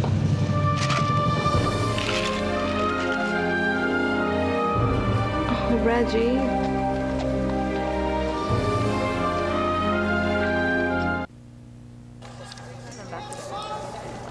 Oklahoma State finally on the board in this championship of the NWCA Cliff Keen National Duels presented by Hershey's Smart Zone. At 157, Alex Tirapelle, two-time All-American, ranked second in the nation right now at 157. He'll be on the mat for Illinois, taking on Kevin Ward of Oklahoma State, currently ranked 19th in the country. Ward, a native of Tennessee, Tirapelle coming from California. You go now. There you see Ward ready to strap on the headgear and get set up against Tirapelle. Shake hands, gentlemen. Tirapelle finished last season 35-2. He was unbeaten prior to the NCAA tournament last year. Honestly, I felt that he wrestled almost tentatively because he was unbeaten. There were 5 unbeaten wrestlers in last year's NCAA championships. He did not make it out of the weekend undefeated, obviously. Lost the prior year, 2003, in the NCAA final to Ryan Bertine, his freshman year. Bertine, we saw earlier, from Michigan. See, Tirapelle's got a wrap on his right knee, kind of dinged up his knee in the Midlands. Took it easy in practice for about a week. He's fine now. Really known for his defensive abilities. Very, very difficult to score on Alex Tirapelle. Big Ten champion last year. In fact, the 2004 Big Ten Wrestler of the Year. One of the few guys 3-0 this weekend and comes in with a record of 17-1 overall. Ward 1-2 in this national duel event, 13-4 in the 2004-2005 campaign so far. Tirapelle looking potentially for a front headlock. Getting some movement. Loves to study videotapes of his opponents. Enters every match with a plan.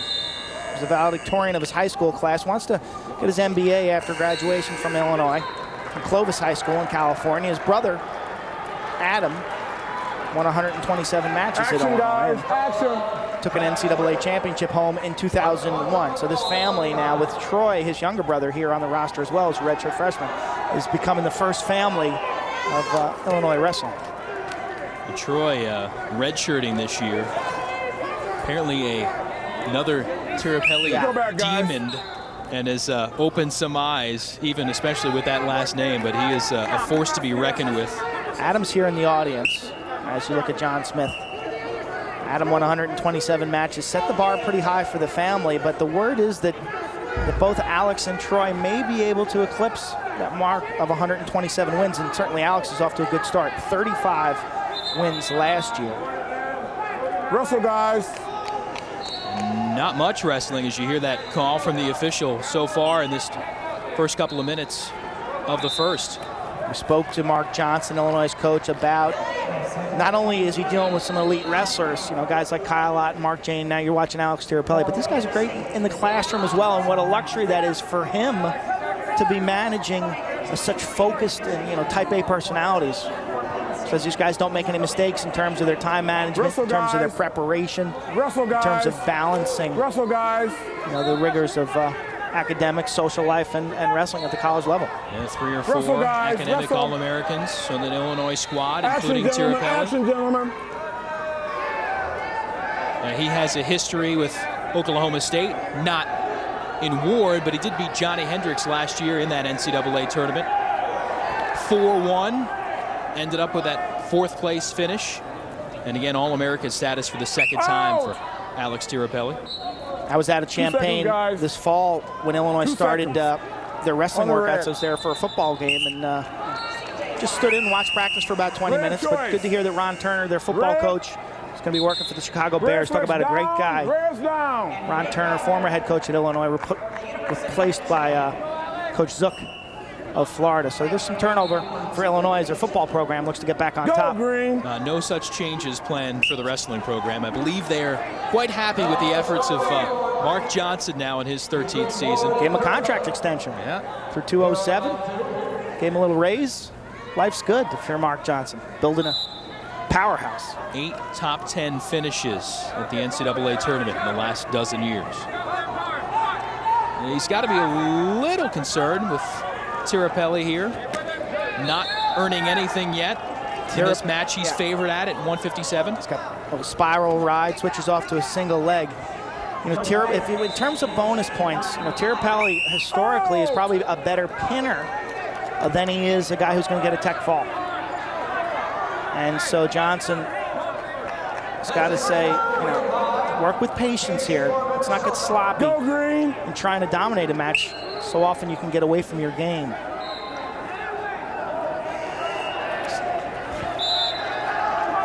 Ward not ranked in the top 20. I rank him somewhere around 25 in the nation. So this is, you know, this is a tough opponent. Tirapelle racking up riding time, approaching a minute right now here midway through the 2nd. Ward trying to see if he can build a base and stand up. Tight waist, trying to chop that near arm. Again, switches off to the single leg.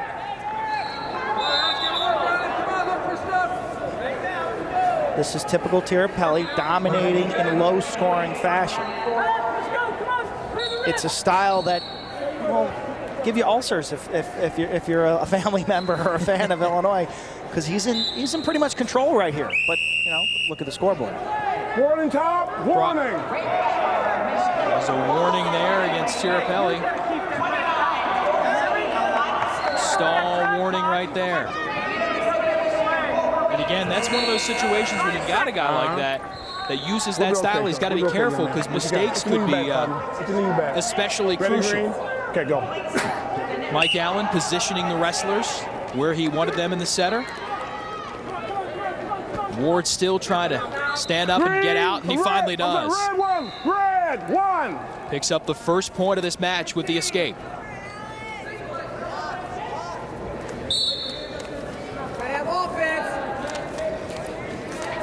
Ward, you got to get some movement going here. Got to get some movement.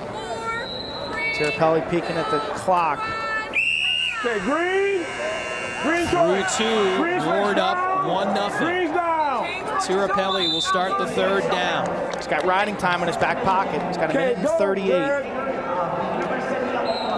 As long as he can get up here, first 30 or so seconds, he'll hold on to that riding time point. But at this point, he'll need to at least escape, and he does.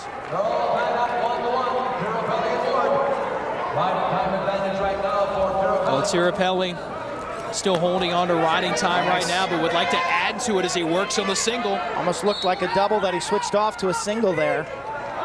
He's in deep. See the flexibility of Kevin Ward. Trying to clasp in the crotch right there. This usually means stalemate. No call yet. They keep at it. Tirapelle now has locked up riding time. He'll get that point. So essentially, he's got a lead now as we enter the final stages of the 3rd, and they do call the stalemate. Mark Johnson, you see in the background, not happy with that call at all. Carl Perry and Jim Heffernan, the assistant coaches, are doing backflips behind Coach Johnson. Real tight quarters here at the national duels. I mean, these teams are basically sitting next to one another. Not exactly like a college football game or a baseball game. You know, this is close quarters. These guys are right here. It's got kind of a boxing, it's everyone's in the same little zone right here. You can see how tempers could get pretty nasty. Saw Ward there with a single shot. No points. No points. Defending and now trying to maybe turn this into something. Good hold. Way to hold it. Good hold. Good hold. What a scramble. Good hold, Mike. This could be a takedown of backs right there. Nothing yet. He's got it. Nothing close. yet. Okay. You can hear. You can hear Mike Allen. Nothing yet. Nothing yet. Tirapelle's just got to ward this off here. He's got riding time locked up as we're under 10 seconds to go. We're going to stay. We're going to stay. Holding this will be enough. We're going to stay. Good job. And it is. Well, you talked about winning in a low-scoring affair. Alex Tirapelle does it again. Hey, come here, Oklahoma State. 2-1 the win over Kevin Ward. Alex Tirapelle with another victory for the Fighting Illini.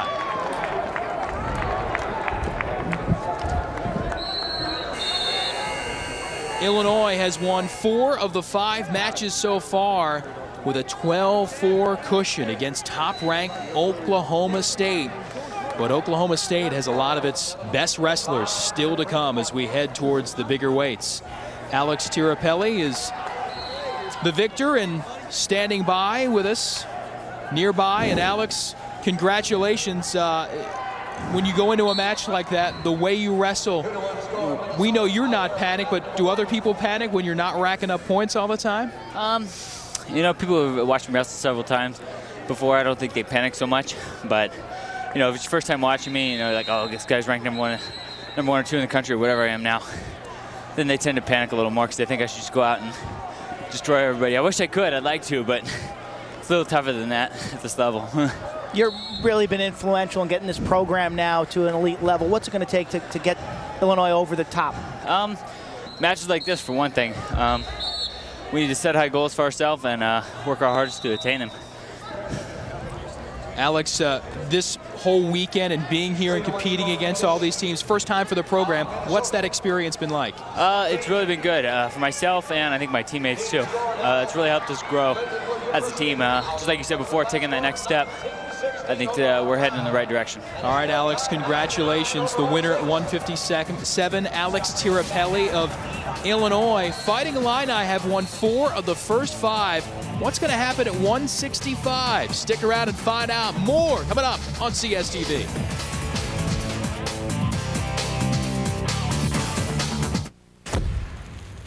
Okay, here's a little pop quiz for you.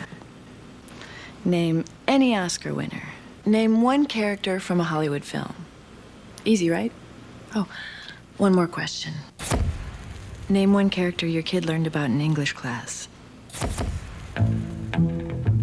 Know what really matters. Know about your kid's school and know about your kid. Find out 100 ways to know more, do more.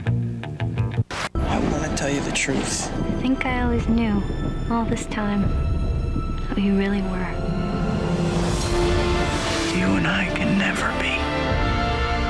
If my enemies found out about you, I can never forgive myself. I know there'll be risks. I want to face them with you. In case we die. You do love me. I do. Playing this month on DirecTV pay-per-view. Get ready for action.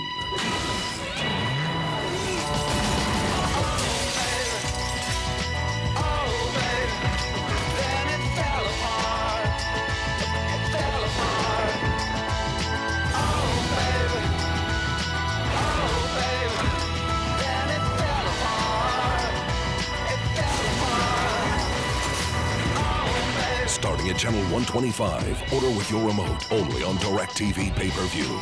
Get a double dose of non-stop action. Matt Damon is Jason Bourne in The Bourne Identity and The Bourne Supremacy. Now, order this action-packed double feature for one low price on pay-per-view. Get Bourne! With an exclusive featurette, Bourne on the Edge. Buckle up.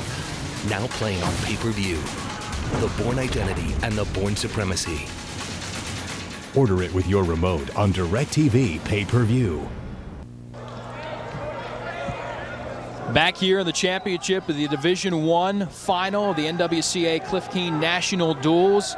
Illinois winning 4 of the first 5 matches. 125, 133, 141, and then victory just a moment ago by Alex Tirapelle at 157. That's a 12-4 advantage. The key match there is certainly 141. Cassio Pero beating Ronnie Delk in 4 overtimes. That was a swing match. Talking to Mark Johnson and John Smith, both coaches said, you know, that's one that can go either way. There's some top-notch guys. Jayne, Tirapelle, certainly no shocks there, and Esposito, no shock him winning. So that was a humongous win for Illinois. Especially when you see the lineup of wrestlers that Oklahoma State will trot out here in the heavier weights, including third-ranked Johnny Hendricks at 165, sophomore from Edlin, Oklahoma. Certainly a top-notch wrestler, 2004 All-American. He will take on Donny Reynolds out of Frankfort, Illinois. Providence Catholic.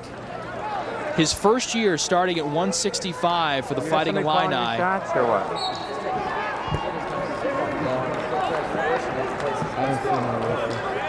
See Hendricks walking around, 5th at the NCAAs last year. As these guys are getting introduced by the public address announcers, Mark Johnson giving Donny Reynolds a little extra oomph as he walks out to the match. 2-time state champion, placed 4th at Midlands this year. And he's been bothered by some knee trouble, torn ACL at the Junior Worlds, been sort of working his way back in it, but had some key victories this weekend. 2 sensational sophomores who, this could be the first of, you know, what could become a rivalry over this and the next 2 seasons, basically 3 years. You've got 2 guys who like to wrestle a little on the nasty side. Hendricks moved up a weight class, certainly feeling his oats this year now that he can eat at 165 after having to suck down at 157 last year because of Tyrone Lewis being the NCAA runner-up at 65. But Reynolds is a guy gaining confidence. Coach Johnson says he loves the way this guy's wrestling on all cylinders. The rust is coming off after missing a season due to an ACL injury that he suffered at the Junior Worlds. Had a big pin here this weekend. Hendricks coming off a very, very physical match with Troy Letters yesterday. Lehigh's #1 ranked Letters, and I really thought Hendricks really took it to Letters, and that was probably the toughest match I've ever seen Troy Letters have from a physical standpoint. There's some question coming into today's match whether Johnny Hendricks is healthy. Rumors of a neck injury and a hamstring injury, but here he is. They weighed in Sam Lunas at 65 today also. And Lunas also had a victory earlier this weekend against Cornell, so he certainly helped out, and that was a key win in that match against Cornell, fueling Oklahoma State's 22-12 victory. Both wrestlers being told to wrestle. Hendricks coming in, 17-2 overall. Working on a single there, but Reynolds denying it. And now Hendricks loses his headgear. Won a title at Reno earlier this year and lost to Troy Letters 4-3 in a match over the weekend. Letters #1 in the nation from Lehigh at 165 this season. Hendricks is going to be a guy typical of this Oklahoma State program who's going to be very good on his feet. Oh, Reynolds stepped on Hendricks' toe, and therefore Hendricks could not sprawl. He actually stepped on his foot in shooting that single leg takedown. And Hendricks tried to pull his leg out of there, but when I'm stepping on your foot, there's nowhere that you're going to pull it. It works for Reynolds. Takes a quick 2-0 lead.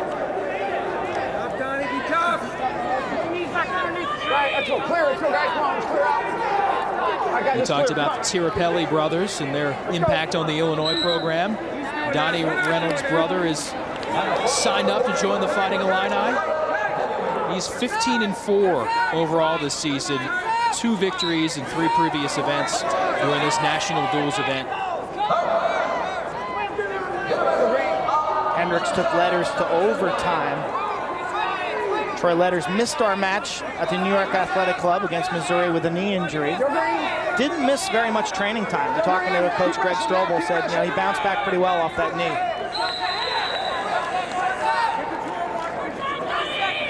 Well, guys, keep wrestling now. Let's go. Wrestle. Okay, we're clean.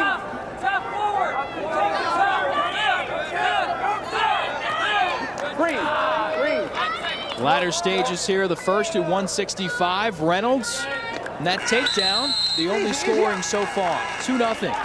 Wrote him out. Reynolds over Johnny Hendricks. Wrote him out for 1 minute and 15 there off that takedown. What do you want to do? And down. over Green takes down. in the Green third down. place match between Lehigh and Minnesota, some interesting developments.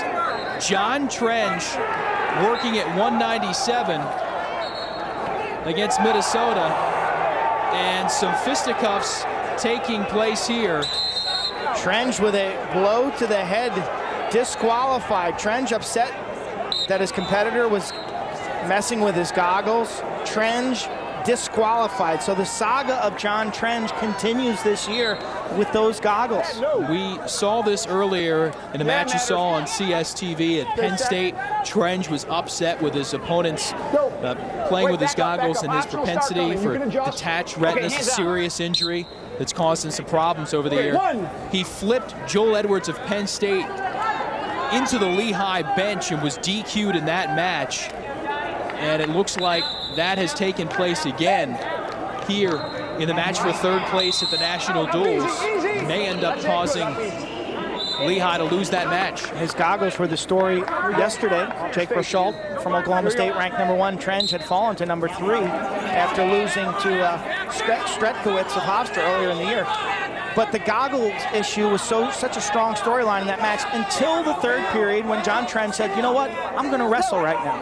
And he had 2 sensational takedowns in that match and really looked like the best wrestler at 197 pounds. Well, Trench DQ'd in that other match, and Minnesota has gone on to take the victory for third place in this National Duels. But as we talked about, talking with Lehigh coach Strobel, that's something that John's going to have to get used to, and he's going to have to tone it down a little bit because opponents are going to go after that factor of his wrestling throughout the season. Oh, there's Johnny Hendricks with a very aggressive head slap. These guys trying to control the head in the tie-up situation, and it's getting nasty here with some pretty vicious head slaps.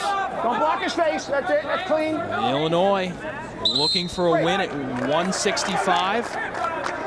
Stick to wrestling now. Here we go. Stick to wrestling. Here comes, the hand fighting that's going on right there. You see borderline. Yeah, Reynolds has been working the head aggressively, and Hendricks responding in kind with a little more oomph. No penalty, but that little vocal admonishment from the referee. 3-0, Reynolds working in the lead here. Nothing. No, now you're out. I thought Hendricks was the aggressor against Troy Letters from Lehigh. Today doesn't seem to have as much gas in the tank. You got to wonder if he is hurt. Your choice. Red. Where do you want to go, Red? Red says down. And Hendricks will start down here in the third. Trailing 3-0. Rotting time favoring Reynolds right now, 51 seconds. Good stand up. Good, one, escape! By Johnny Hendricks last year, 37-7 as a freshman, 5th in the NCAAs. Picks up the point for the escape, making it 3-1 here. Reynolds slips out of bounds. Bumping up a weight class is always interesting. You don't know if your body's actually going to fill out. A lot of guys redshirt when they bump up because it takes them that long to really assimilate and to get good, strong, usable muscle mass. Talk about getting your proper rest and nutrition. That's certainly on his side this year. Good, that's clean, that's clean. Because he can eat and consume that's more it. calories. And he does look. I'll look for it. Don't grab his head. He's put on some considerable muscle, especially throughout in his legs. Good. Stay off the headgear. This would be another intriguing win for Illinois. Would be their 5th of the duel if they can get it. Good, don't grab his headgear. Don't grab his headgear. And an upset. Certainly would be. That's according to rankings, if you believe rankings. you win and lose on the mat last time I checked. Rankings are, rankings are rankings. Don't pull that headgear. Mark Johnson try to encourage his wrestler Donny Reynolds, see if he can hang on here the final minute. Hendricks has got to go. Green. There's got to be a sense of urgency. Green. First warning, Green. And now a stall call, a warning against Reynolds. Next one will be a point. Starts with movement if you're Johnny Hendricks. It starts with movement. Green, you are warned for stalling. Good, okay. Referee Dave Hickson is going to make Donny Reynolds wrestle here.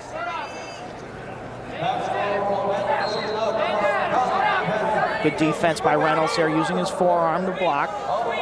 Working the collar tie-up. Hendricks is on the attack, and now Reynolds has got to watch himself backing off right now. Good, Green stalling, And there it is. You called it, Quint. The stall call there. It's 3-2. And then Hendricks comes in with a huge 2 for the takedown. Reynolds went for a fireman carry and went down hard. Don't know if it was his knee that's been a problem in his career. Oh, man, and you see a look of pain right there and a definite show of concern from Mark Johnson. How quickly things can change here. You're Illinois, you're sitting on a lead here, a potential upset win. Now you're worried about Donny Reynolds. There's the fireman's carry, and you see his knee just stuck in the mat right there. Not good 25 for a guy who's got a torn ACL. Good news right now is they seem to be working more down towards the right ankle. That's very, very good news for him. Don't coach him. See if he can Okay. walk it off here. Here we go. And he has and is ready to wrestle. He's down Problem by is, he's got to hustle because he's down by 1. 17 seconds to go, as Quint mentioned. And he needs to get up. Riding time. No factor. Not a factor. Watch the knee. Break. Illegal. Illegal hold. 1. And a penalty call against... We pulled it right out. We pulled it way out. No. Penalty call against Reynolds for an illegal maneuver. We didn't have a good angle there. Now But things certainly heating up Matt's side. 10 seconds. Immediate call made by Dave Hickson. Finish clean now. And Reynolds has got to get up and create in a hurry. Boy, a valiant effort by Donny Reynolds, and it all goes awry in the final minute or so. Johnny Hendricks, who's been banged up and battered, comes out with some clutch points and issues a sigh of relief. And Oklahoma State gets the win at 165, 5-3. The Cowboys pulling closer to the Illini now, 12-7 overall in this championship of the national duels. Johnny Hendricks showed something right there. I thought he showed something yesterday, giving Troy Letters everything he can handle. But that was a clutch third period. We see Donny Reynolds walking off to get more attention, and happy to be joined by Johnny Hendricks. And Johnny, we know you're a little bit banged up. How was it out there? And take us through the match a little bit in your preparation and game plan. Well, I didn't have a game plan. I wasn't going to wrestle this match. I knew that we needed this win, and our guy was going to be our backup. You know, he's a good kid, but I just wanted to make sure that we got this win. I went out there. I didn't think he was going to be that tough, but he kept his stance real well. You know, he kept pushing. You know, he did a good job, but I didn't wrestle my best match. I probably wrestled about 60%. I'm a little banged up, like you said, and so, I mean, he's a great kid, though, you know. He's going to do well. Johnny, for you now at 165 this weekend, you know, taking Troy Letters, you know, you stayed toe-to-toe with him, and you know, where do you stand nationally, you think, and how comfortable do you feel at 65 now? Oh, I feel really comfortable, you know. Nationally, that's not important right now because I want to be at the top at the end, you know. Right now it doesn't matter. It's all preparation for the finals. And right now I don't care if I'm 15th or whatever, you know. This is all just building to get to where I want to be. Johnny, congratulations. Best of luck the rest of the way. Johnny Hendricks, the winner at 165. You see Donny Edwards, after giving a superb effort, but coming up just a little bit short. And Oklahoma State starting to build some momentum in this dual meet. Guess what? After Hendricks' win at 165, the Cowboys trot out the #1 wrestler in the nation at 174. Coming up on CSTV.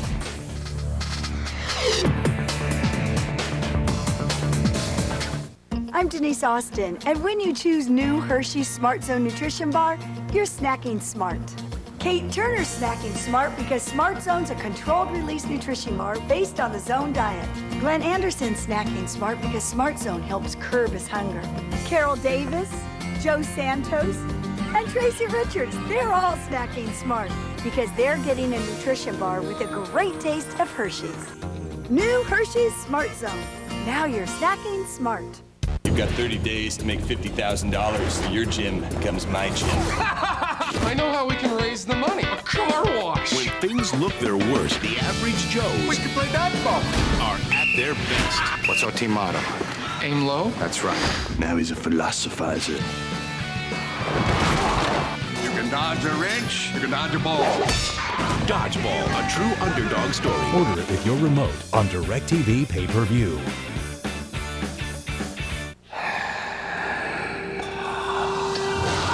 As the third year begins, Sirius Black has escaped from Azkaban to come after you. He's a murderer. one boy's destiny, I'm gonna be ready. one school's future, one wizard's survival will come together in one incredible adventure. Expecto Patronum! Harry Potter and the Prisoner of Azkaban, now at the exclusive DirecTV pay-per-view price. I want to tell you the truth. I think I always knew, all this time, who you really were. You and I can never be. If my enemies found out about you, I could never forgive myself. I know there'll be risks. I want to face them with you. In case we die. You do love me. I do. Playing this month on DirecTV pay-per-view. Champion from last year, and has certainly done good things as well this weekend. 3-0 so far in the national duels, including a nice win in the semifinals against Travis Frick from Lehigh. Little extra calling card left there by Mr. Pendleton. Maybe a tone setter for later on in the season. And getting some congratulations from Coach Smith in that victory over Lehigh. Oklahoma State going on to win that semifinal duel 20-16, but trailing here 12-7 as we enter the final 4 matches. Pendleton is quick, he's smart, he's extremely technical, does not make very many mistakes. Friedl kind of maybe has an advantage in some scramble situations. So if you're Chris Pendleton, you want to keep this match clean and standard wrestling where you have an advantage. Chris Pendleton came to Oklahoma State from California, weighed about 145 pounds when he arrived on campus. Now he wrestles 174. His development, his improvement has been earth-shattering. John Smith, wow. Can he finish the pin? Pendleton trying to clamp down on Pete Friedl. Oh, he's and in really deep. help Oklahoma State in this match. Yes.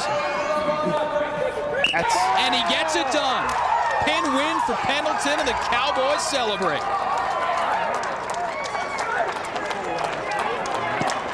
That is huge for Oklahoma State, vaulting them back into the lead in this dual meet. He loves it. Chris Pendleton loves it. Bonus points are big. Next thing you know, Oklahoma State is in good position to win this dual meet because they've still got Jake Rosholt and Steve Mocco. A huge momentum swing for Oklahoma State. And you see Pendleton, that beautiful takedown, working here, flipping Friedl down, and then able to finish him off. And here's the pin. And Chris, you're with us right now. You can hear us, right? Yeah. Talk about that takedown. What happened? Why were you able to get in deep on the bear hug? I was going for an inside-out trip, really, and he kind of caught me. And by that time, I had already committed so far into it, I had to keep going. And then he, I guess he was trying to bail out or throw me, and I just was lucky enough to catch him on his back. You know, this Illinois team's really come out, and this dual meet's not over. We still got to come out and fight every match. Chris, your coach talked about after your loss earlier this season, you've really sort of improved and focused. What's that like when you're unbeaten for a while, you lose one, then you have to come back and regather yourself? That loss really, I took it to heart like I do all my losses. And, you know, Coach and I had a long talk, and, you know, he really helped me get my head back together. All the coaches kind of rallied around me. And, you know, last year I wasn't undefeated, and I didn't feel any worse winning a national title. And that's my goal again this year. All right, Chris, congratulations. Chris Pendleton, the winner at 174, also the defending NCAA champ, celebrating a monster win for the Cowboys, putting them back on top in this dual meet championship, the national duel.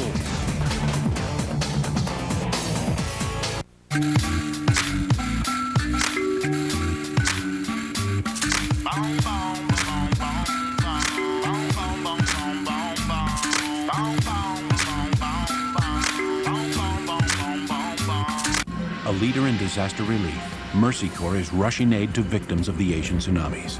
Millions of people need help now to recover from the worst disaster in modern times. Families and children who survived the tsunamis face disease and homelessness. Your donation will save lives. Help provide life-changing assistance to victims of the Asian tsunamis. Restore their hope.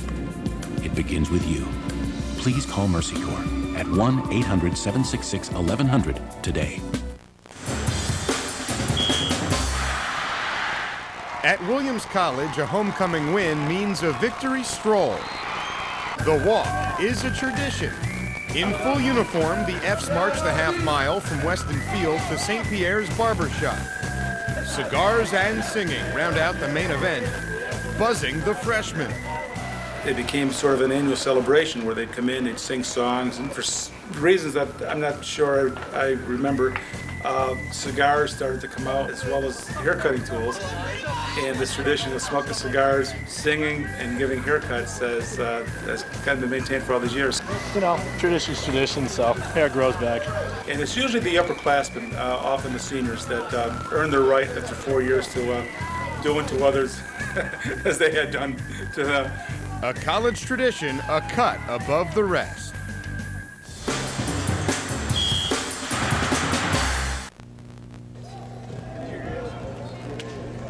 Fueled by the pin win from Chris Pendleton at 174, Oklahoma State taking serious momentum into the match at 184. Clay Kehrer for Oklahoma State against fourth-ranked Brian Glynn of Illinois. This match at 184. Freshman against senior. There you see Kehrer been splitting time with Jack Jensen at 184 for Oklahoma State, but he will get the call in this key matchup against Brian Glynn, fourth in the nation.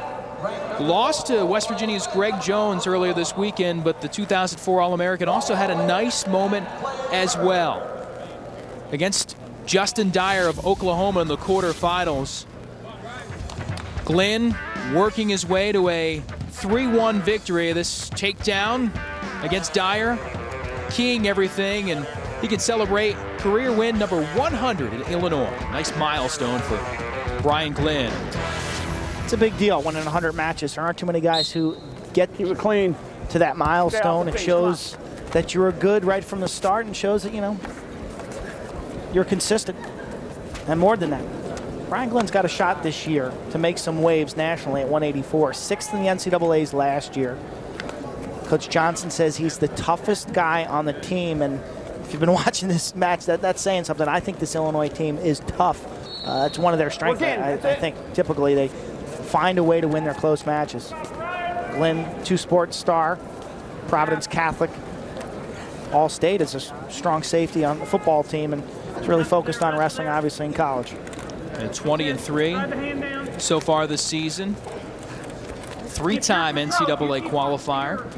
Again, we talked about 2 wins this weekend and the 1 loss, but that coming to the number 1 wrestler at 184, West Virginia's Greg Jones. Clay Kehrer, the regular starter, Jack Jensen wrestled against Lehigh for Oklahoma State. As you see Glynn in deep on a single now, pulling Clay Kehrer into an advantageous spot in the middle of the mat. Well done. Showed a lot of patience and a lot of confidence there. The finishing ability of these wrestlers off their singles really makes such a huge difference. There's so many guys who can get deep on a single, but can you finish for scoring? Can you score the two? Still in. Still in. We have seen No, nothing yet. throughout Not yet. this national dual championship. And it is picked up by Kehrer. 1 point for the escape. Clay Kehrer gets on the board. Feisty. Okay, here we go. Lean, tall, and lanky for the weight class. Brian Glynn also on the tallish side for 184-pounder. Physical matchups and style matchups are so important. It's just like boxing. Your style sometimes is perfect for your opponent, and you love those matches. When your strength is his weakness. But sometimes it doesn't work that way, and it's just a funky matchup, and that's where you get upsets. That's where you get guys who... Great maneuver there by Glynn to get wrist control and work in for the single. Nothing here. Nothing yet. Brian Glynn on the single leg. Kehrer with the overhook with his left arm, trying to peel the grip of Glynn. You see the hand fighting going on with their hands. You see him trying to peel right there. Okay, we're still in. Let's go. See Glynn switches off, exactly. Readjust. And again, they try it. Good, two.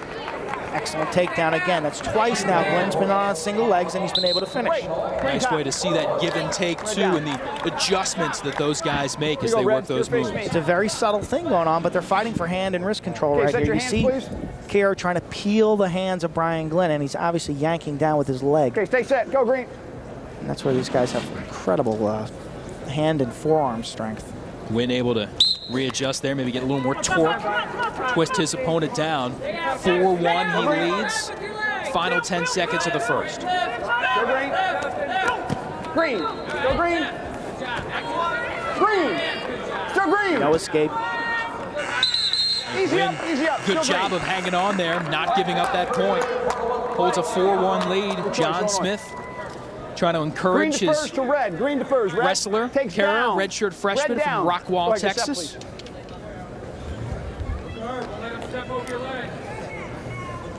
Good. Hands down. Stay set. Go. See him get down, and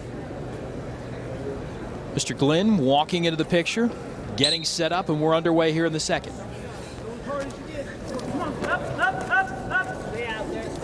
Working a half Nelson and a spiral ride.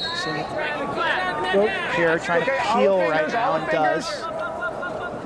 Can't grab fingers. You've got to grab 4 of them.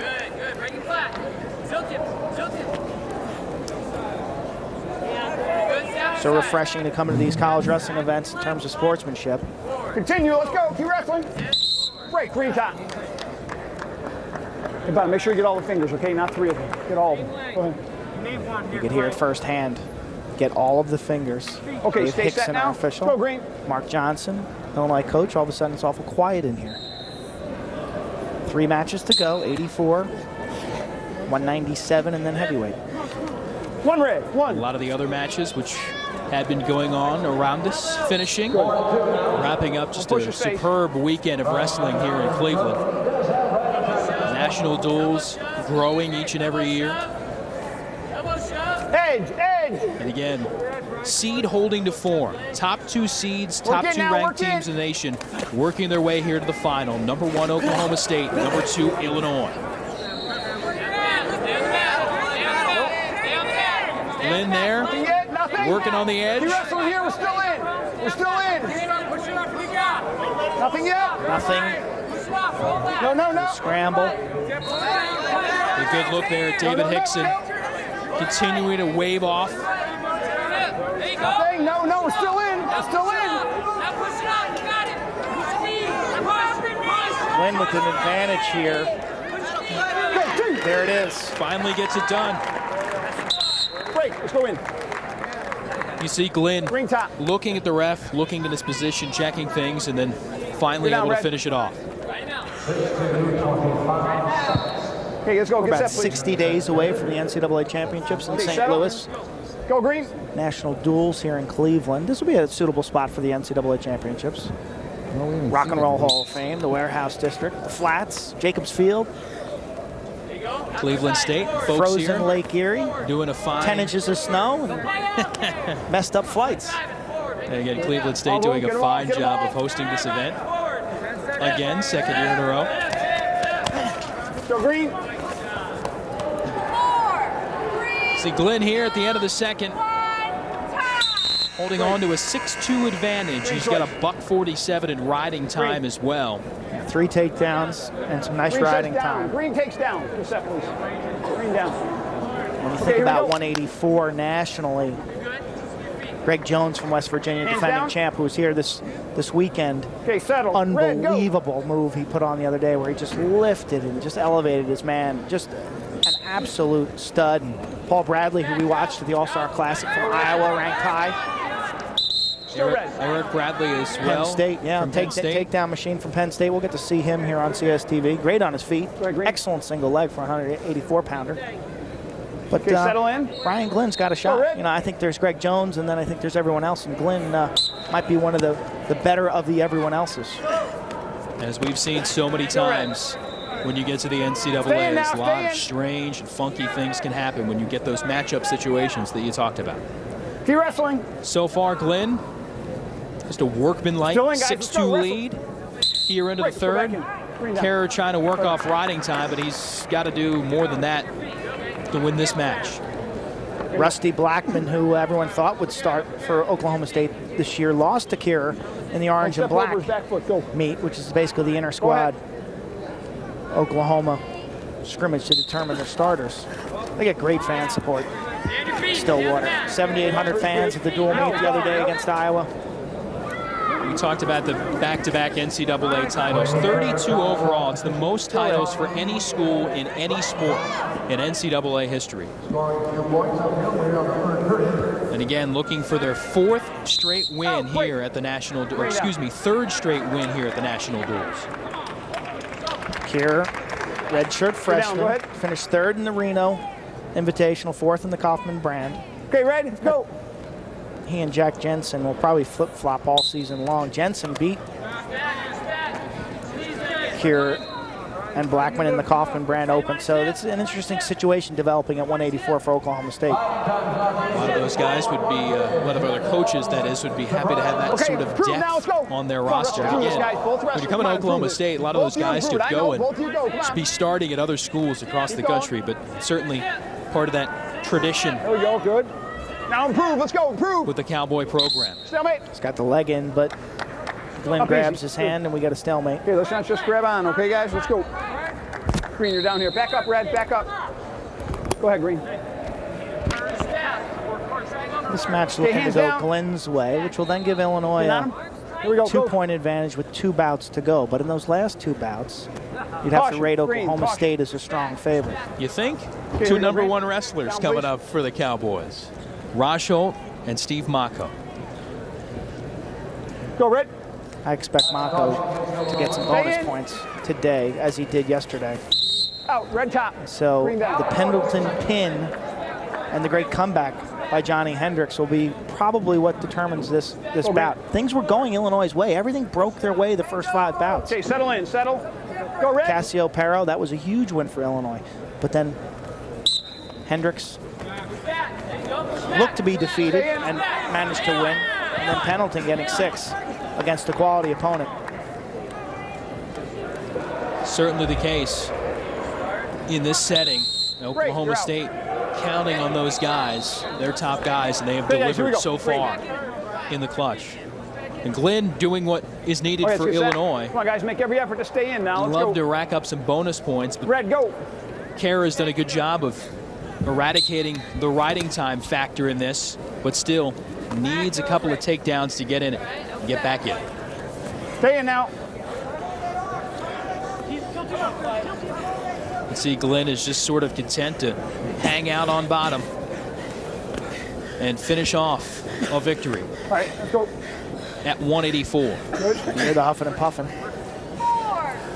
You know, fourth match of the weekend for some of these guys. And up easy, up easy. they may be a little peaked. 3 nice takedowns early in the match. Built some riding time up. And that was enough. Liked the way he wrestled the first period. I thought after that it was kind of an even match. So Brian Glynn picks up a win for Illinois. The Fighting Illini retake the lead 15-13 through 8 matches. Still 2 to go. And Oklahoma State probably the favorite, definitely the favorite, those final 2 matches with 2 #1 ranked wrestlers.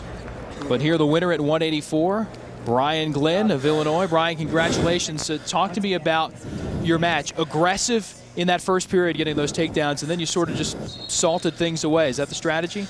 No, that wasn't the strategy. I came out pretty strong and was dominating the match, and kind of let him get back into it in the third period. He was tough on top. I just didn't feel good on bottom, but no, that wasn't my strategy at all. Brian, the ability to finish your shots early in that match. So many guys can get in on the single, but what does it take to finish?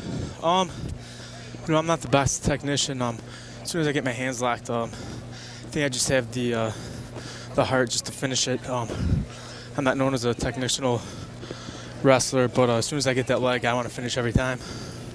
They're able to finish enough. Brian, congratulations. Brian Glynn, the winner at 184, said he's not a technician. This move will work. Glynn with a win at 184. Illinois back in front, but Oklahoma with back-to-back #1 wrestlers in the nation coming up. We'll see how it shakes out. Straight ahead on CSTV. The greatest source of America's generosity is the good heart of the people. In the aftermath of the devastating tsunami, we come to you not as presidents, but as 2 private citizens. Everyone can help, and every dollar contributed will impact someone's life. So visit usafreedomcorps.gov to choose a reputable, authorized charity to accept your donations directly. No one can change what happened, but we can all change what happens next. Thank you. Thank you. I'm Denise Austin, and when you choose new Hershey's Smart Zone Nutrition Bar, you're snacking smart. Kate Turner's snacking smart because Smart Zone's a controlled release nutrition bar based on the Zone diet. Glenn Anderson's snacking smart because Smart Zone helps curb his hunger. Carol Davis, Joe Santos, and Tracy Richards, they're all snacking smart because they're getting a nutrition bar with a great taste of Hershey's. New Hershey's Smart Zone. Now you're snacking smart.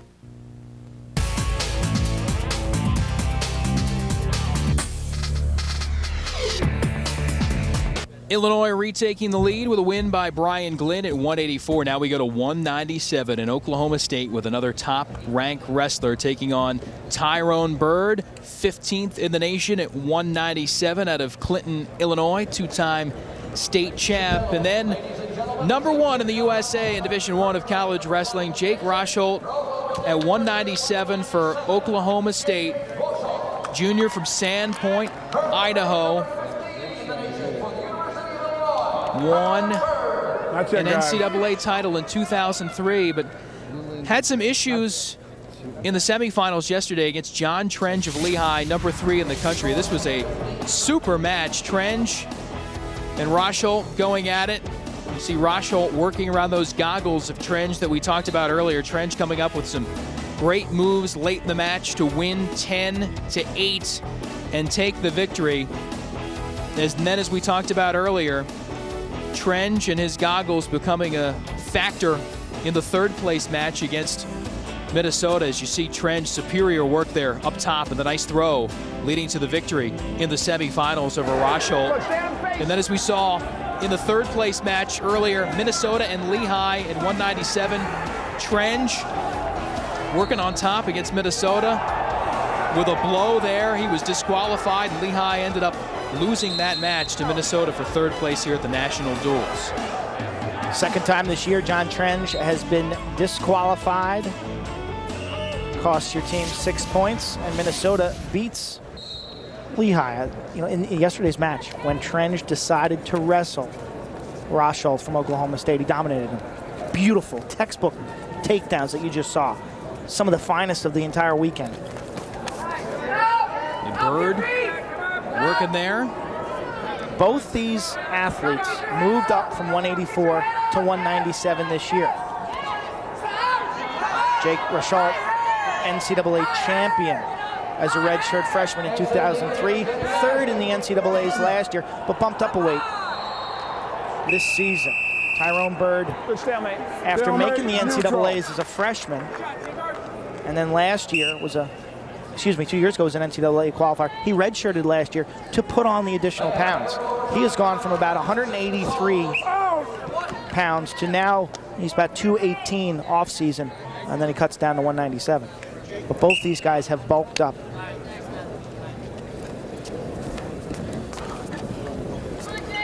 This is one that Illinois would love to have to increase its lead if possible. You know, when you see one of those guys, Luke Rosholt, got his hand stuck in the singlet. Losing this weekend, it just maybe shows some of the other guys. These guys aren't invincible. It can happen. It can be done. Byrd needs to come up big for the Illini here. Grab the elbow. Grab the elbow. See a little different working their tie-ups technique than some of those lighter guys. These guys working up top.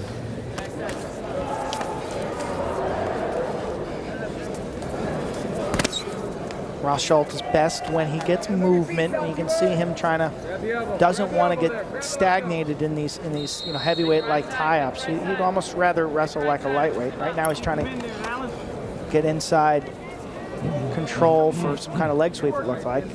Now they're in a collar. Good fake right there.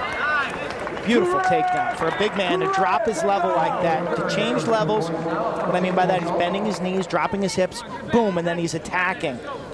Lowering his head and his hips, finishing up. It was a nice little setup the way he tapped the mat, creating motion and distraction, finishing. Beautiful takedown. Yeah. Russell.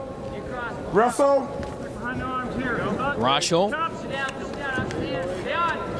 taking that early lead. You know, when he won that NCAA title, as we look at other time at the takedown from Rosholt here in the first period. When it's done well, it looks pretty simple, but you look how deep he gets in on that single leg. We talked about him winning that NCAA title as he works it again on Byrd. He won it as a 10 seed, which is equivalent in the NCAA tournament of a... Well, don't those 10s always beat the 7s in NCAA basketball? But then usually they lose before they get to the Sweet 16. Then they lose to who? The 2s? 7s goes against 2s?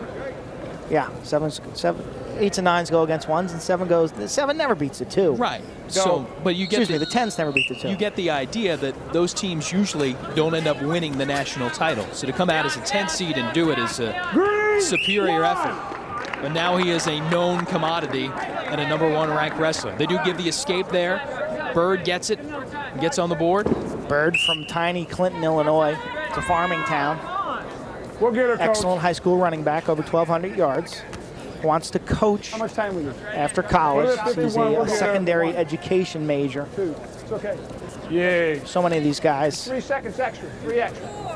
go on to continue in wrestling in some form, whether they're coaching a youth team, a high school team, or at the collegiate level. 3 seconds, but it's all right. We're okay now? Okay, Red, your choice. Rosholt up. I'm sorry. 2-1 here. Your choice. Getting ready to start the third. He will start down here in the second period. As a look at John Smith. Okay, you're set. You may come down, Green. Been through a lot of pressure matches before. His team looking to three-peat here at the National Duel.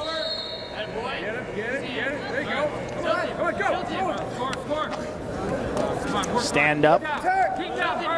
Trying to peel. Tripped effectively. Byrd trying to use little elevators, sticking the leg right here, but his hips down. Got sloppy with his hips right there. Nice reversal there. Rosholt up 4-1.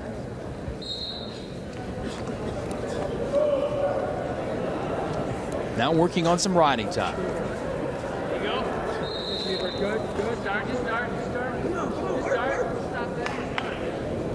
Go back, guys.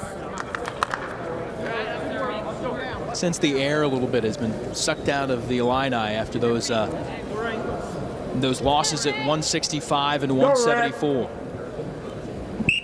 And Illinois came out like gangbusters, won 4 of the first 5 matches. As the Illini knew they needed to do. Didn't get any bonus points, but still got the wins. And then Reynolds leading at 165 before losing the final couple of seconds. And then the pin by Pendleton at 174. Totally changing the complexion of this Escape match. by Byrd. You know, I think in college wrestling, you're either an Oklahoma State fan or you're everybody else. And I think everybody else was hoping that Illinois could upset Oklahoma State and was looking that way after 5 matches. And I think there was a buzz in here. And now they're all doing the math. And they're saying, okay, Rosholt plus Mocco equals Oklahoma State victory. And I think that's why it's gotten a little quiet in here, truthfully. There's such a dominating program that for many folks, you know, they root against them. Duke basketball or Oklahoma football, or now USC football. Certainly the case. Wrestle, guys, wrestle. Warning green, warning green. Warning for green. Stall call. Next one will cost Byrd a point. Good ankle pick. Rosholt trying to close this out. Nope, out of bounds. Rosholt's strength is definitely on his feet for this weight class. And there he is, the bear, Steve Mocco, warming up on an adjacent match. Best heavyweight in the country. He's won 54 straight matches. NCAA champion in 2003. Runner-up in 02. He's a monster. Yeah, he certainly is. We saw him at the NWCA All-Star 274 pounds. Yep. He had a battle that night against Cole Conrad, and we'll get into more about Mocco as his match comes up here momentarily. Right now, Byrd underneath Rosholt. That's top. Warning top. And a stall warning on the Oklahoma State wrestler. And it's already cost Byrd a point. He's got riding Next time. one will cost Rosholt. Working on riding time here. Roll attempt.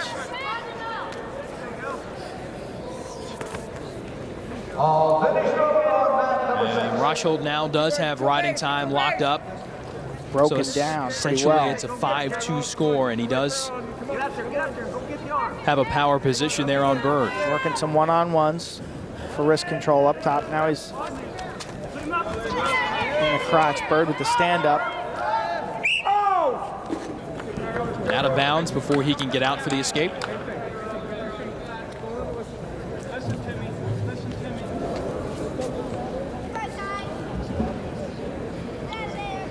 Go! Run it, go to the butt, move his butt. Talked about brother combinations throughout the match. Rosholt's brother Jared on his way to Oklahoma State next season. One the bottom diver, one the red. Another stall call going against Byrd. Another point for Rosholt as he pads his lead.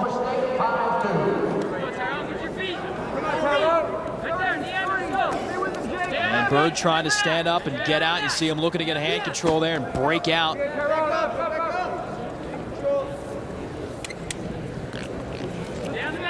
Out! 18 seconds. Both of these teams dive into dual meets in their conference competition coming up. Oklahoma State will be matched up with Iowa State coming up. And Illinois has Iowa. So both these teams diving into arguably their toughest conference foes coming up here the next week or so. The Big Ten schedule, it's tough. I mean, it's just such a deep conference. You've got quality programs up and down the Big Ten. Illinois, Iowa, Michigan, Minnesota, Ohio State, Wisconsin. Jake Rosholt here at 197. Just a solid 197 win and getting the victory. Oklahoma State has the lead going to heavyweight. Can Mocco finish it off for the Cowboys? Find out coming up.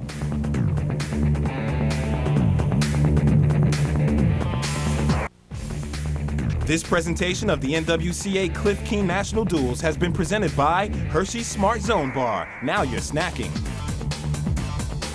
I'm Denise Austin, and when you choose new Hershey's Smart Zone Nutrition Bar, you're snacking smart. Kate Turner's snacking smart because Smart Zone's a controlled release nutrition bar based on the Zone diet. Glenn Anderson's snacking smart because Smart Zone helps curb his hunger. Carol Davis, Joe Santos, and Tracy Richards, they're all snacking smart because they're getting a nutrition bar with a great taste of Hershey's. New Hershey's Smart Zone. Now you're snacking smart. Nittany Lions know that victory is sweet, but running a close second is a blue and white institution, the Penn State Creamery. State College is in bona fide cow country, and the creamery has been dishing dairy products since 1896. This is our ice cream room. We do over 180,000 gallons of ice cream per year in here. We have recipes for over 100 flavors. At the creamery, ice cream is so fresh, its slogan is only 4 days from cow to cone. We call these our flavor vats. We put our liquid ingredients in here like our vanilla, our peach flavorings, chocolate syrups, things like that. Anything that's liquid goes here. Then we go on over and we have a machine all the way at the end. That's our ingredient feeder. And our ingredient feeder is where we put in the hard ingredients like the candy, fruit nuts, things like that. Once the ice cream is packaged, it's off to the freezer, where it's chilled to 26 degrees below zero. In here we can hold, probably around 3,000 half gallons. On a typical football weekend, this can get pretty empty. Everybody wants to have ice cream. The Creamery offers a course in ice cream making and counts a certain Ben & Jerry among its graduates. We have about 100 students from around the world. Bill Clinton's been here. Martha Stewart's been here. And of course, everyone has a favorite flavor. Apple Crawford Crunch, Bavarian Raspberry Crunch, raisins, cookies and cream, chocolate chip cookie dough, chocolate chip, coconut chip, bittersweet mint. Vanilla is number one.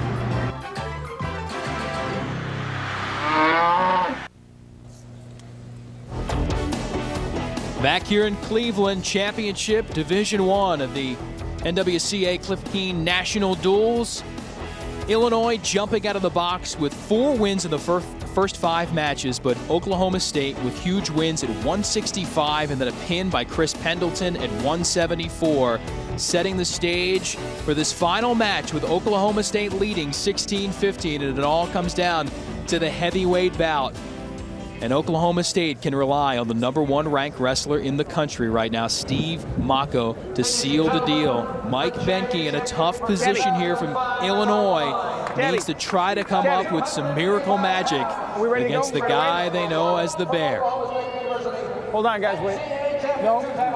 Mocco. We got to still wait a couple seconds, guys. Still got to wait a little bit. You talked about that 54 match winning streak, 20-0 so far this season, 10 of those victories by pin.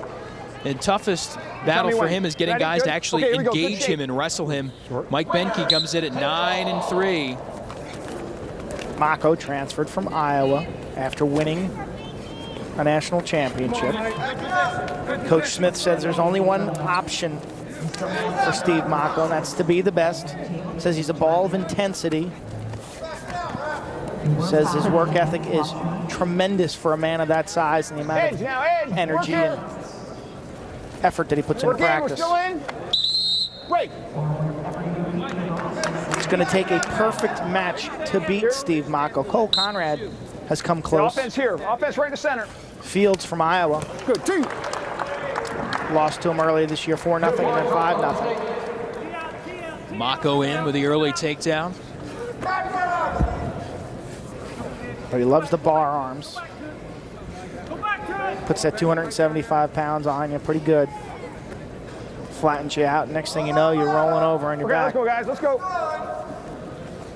See him there, certainly being the aggressor and looking for that arm bar. Don't go forward. To the side. That's good. Good, that's clean. Behnke trying to wrangle out of that. Mocco's got him in a dangerous position here. And it's nearly over, folks. 3, just a machine pushing over. Mocco finishes off the pin win and a three-peat for Oklahoma State here at the National Duels. Once he gets that arm bar going, it's lights out, folks. Nice to have that ace in the hole when you need it. In Oklahoma State, as we figured, convincing in the heavier weights. Steve Mocco with a pin win, and the Cowboys win the national duels for the 3rd year in a row. 22-15 our final score. We'll wrap things all up from Cleveland in a moment here on CSTV. The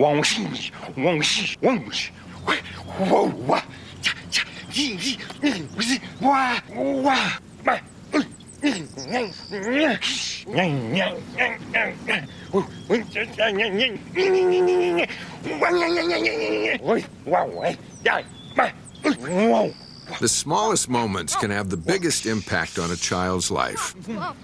It takes a man to be a dad. Get ready for action.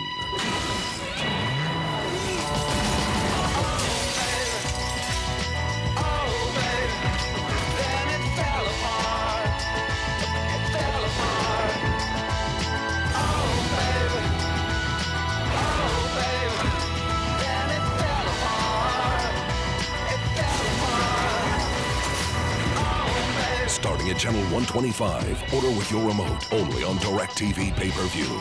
Get a double dose of non-stop action.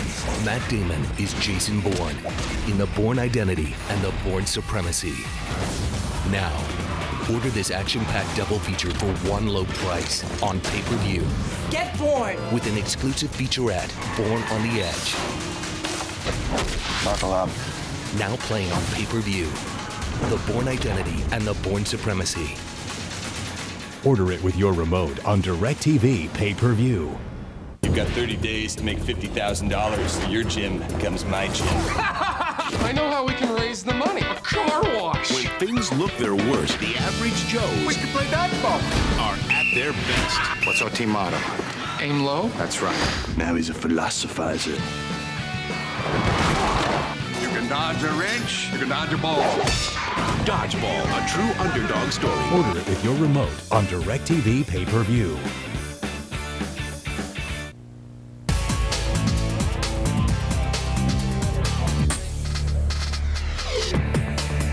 Here at the National Duels in Cleveland, championship bout in Division I, Oklahoma State gets it done, rallying to beat Illinois 22-15. And the win at heavyweight by Steve Mocco, the pin victory over Mike Behnke of Illinois, closing it out and sealing the deal. And you see Mocco on top, finishing it off and sealing the win for the Cowboys. Steve Mocco joins us right now. Steve, I talked to Coach before the match. He said patience for you is big, with a lot of guys not wanting to sort of engage you. Is it hard to balance that when you go throughout some of these matches and guys don't want to mess with you so much? A lot of guys I wrestle, they have a game plan and they strategize against me. And it's tough at upper weights when a guy's strategizing not to get scored on and then pull something out at the last 30 seconds of the match. But I mean, the way to take that strategy away from him is book points on the scoreboard and as soon as possible. Steve, the implications for a heavyweight, you have to watch the entire duel meet. Is that something you love? Do you thrive off of that pressure? I love that. I wouldn't want to wrestle any other weight class. I mean, the fact that your match determines the team, it kind of you put you in the position, be a hero, put you in the position, to do stuff that other guys on the team. We're the only weight class that really has the opportunity, to really win it for a team, Steve, I mean, everybody wins it for a team, but we're the only weight class that, it's out there that's with the money last on the shot, line. you know what I mean? Yeah. Steve, real quick, the move from Iowa to come into Oklahoma State, has it been all you expected so far? Yes, it's been a lot. I mean, I've been working a lot with the coaches here, and it's really been a great year for me to turn it on, for the open and international competition. Well, congratulations. Thank you.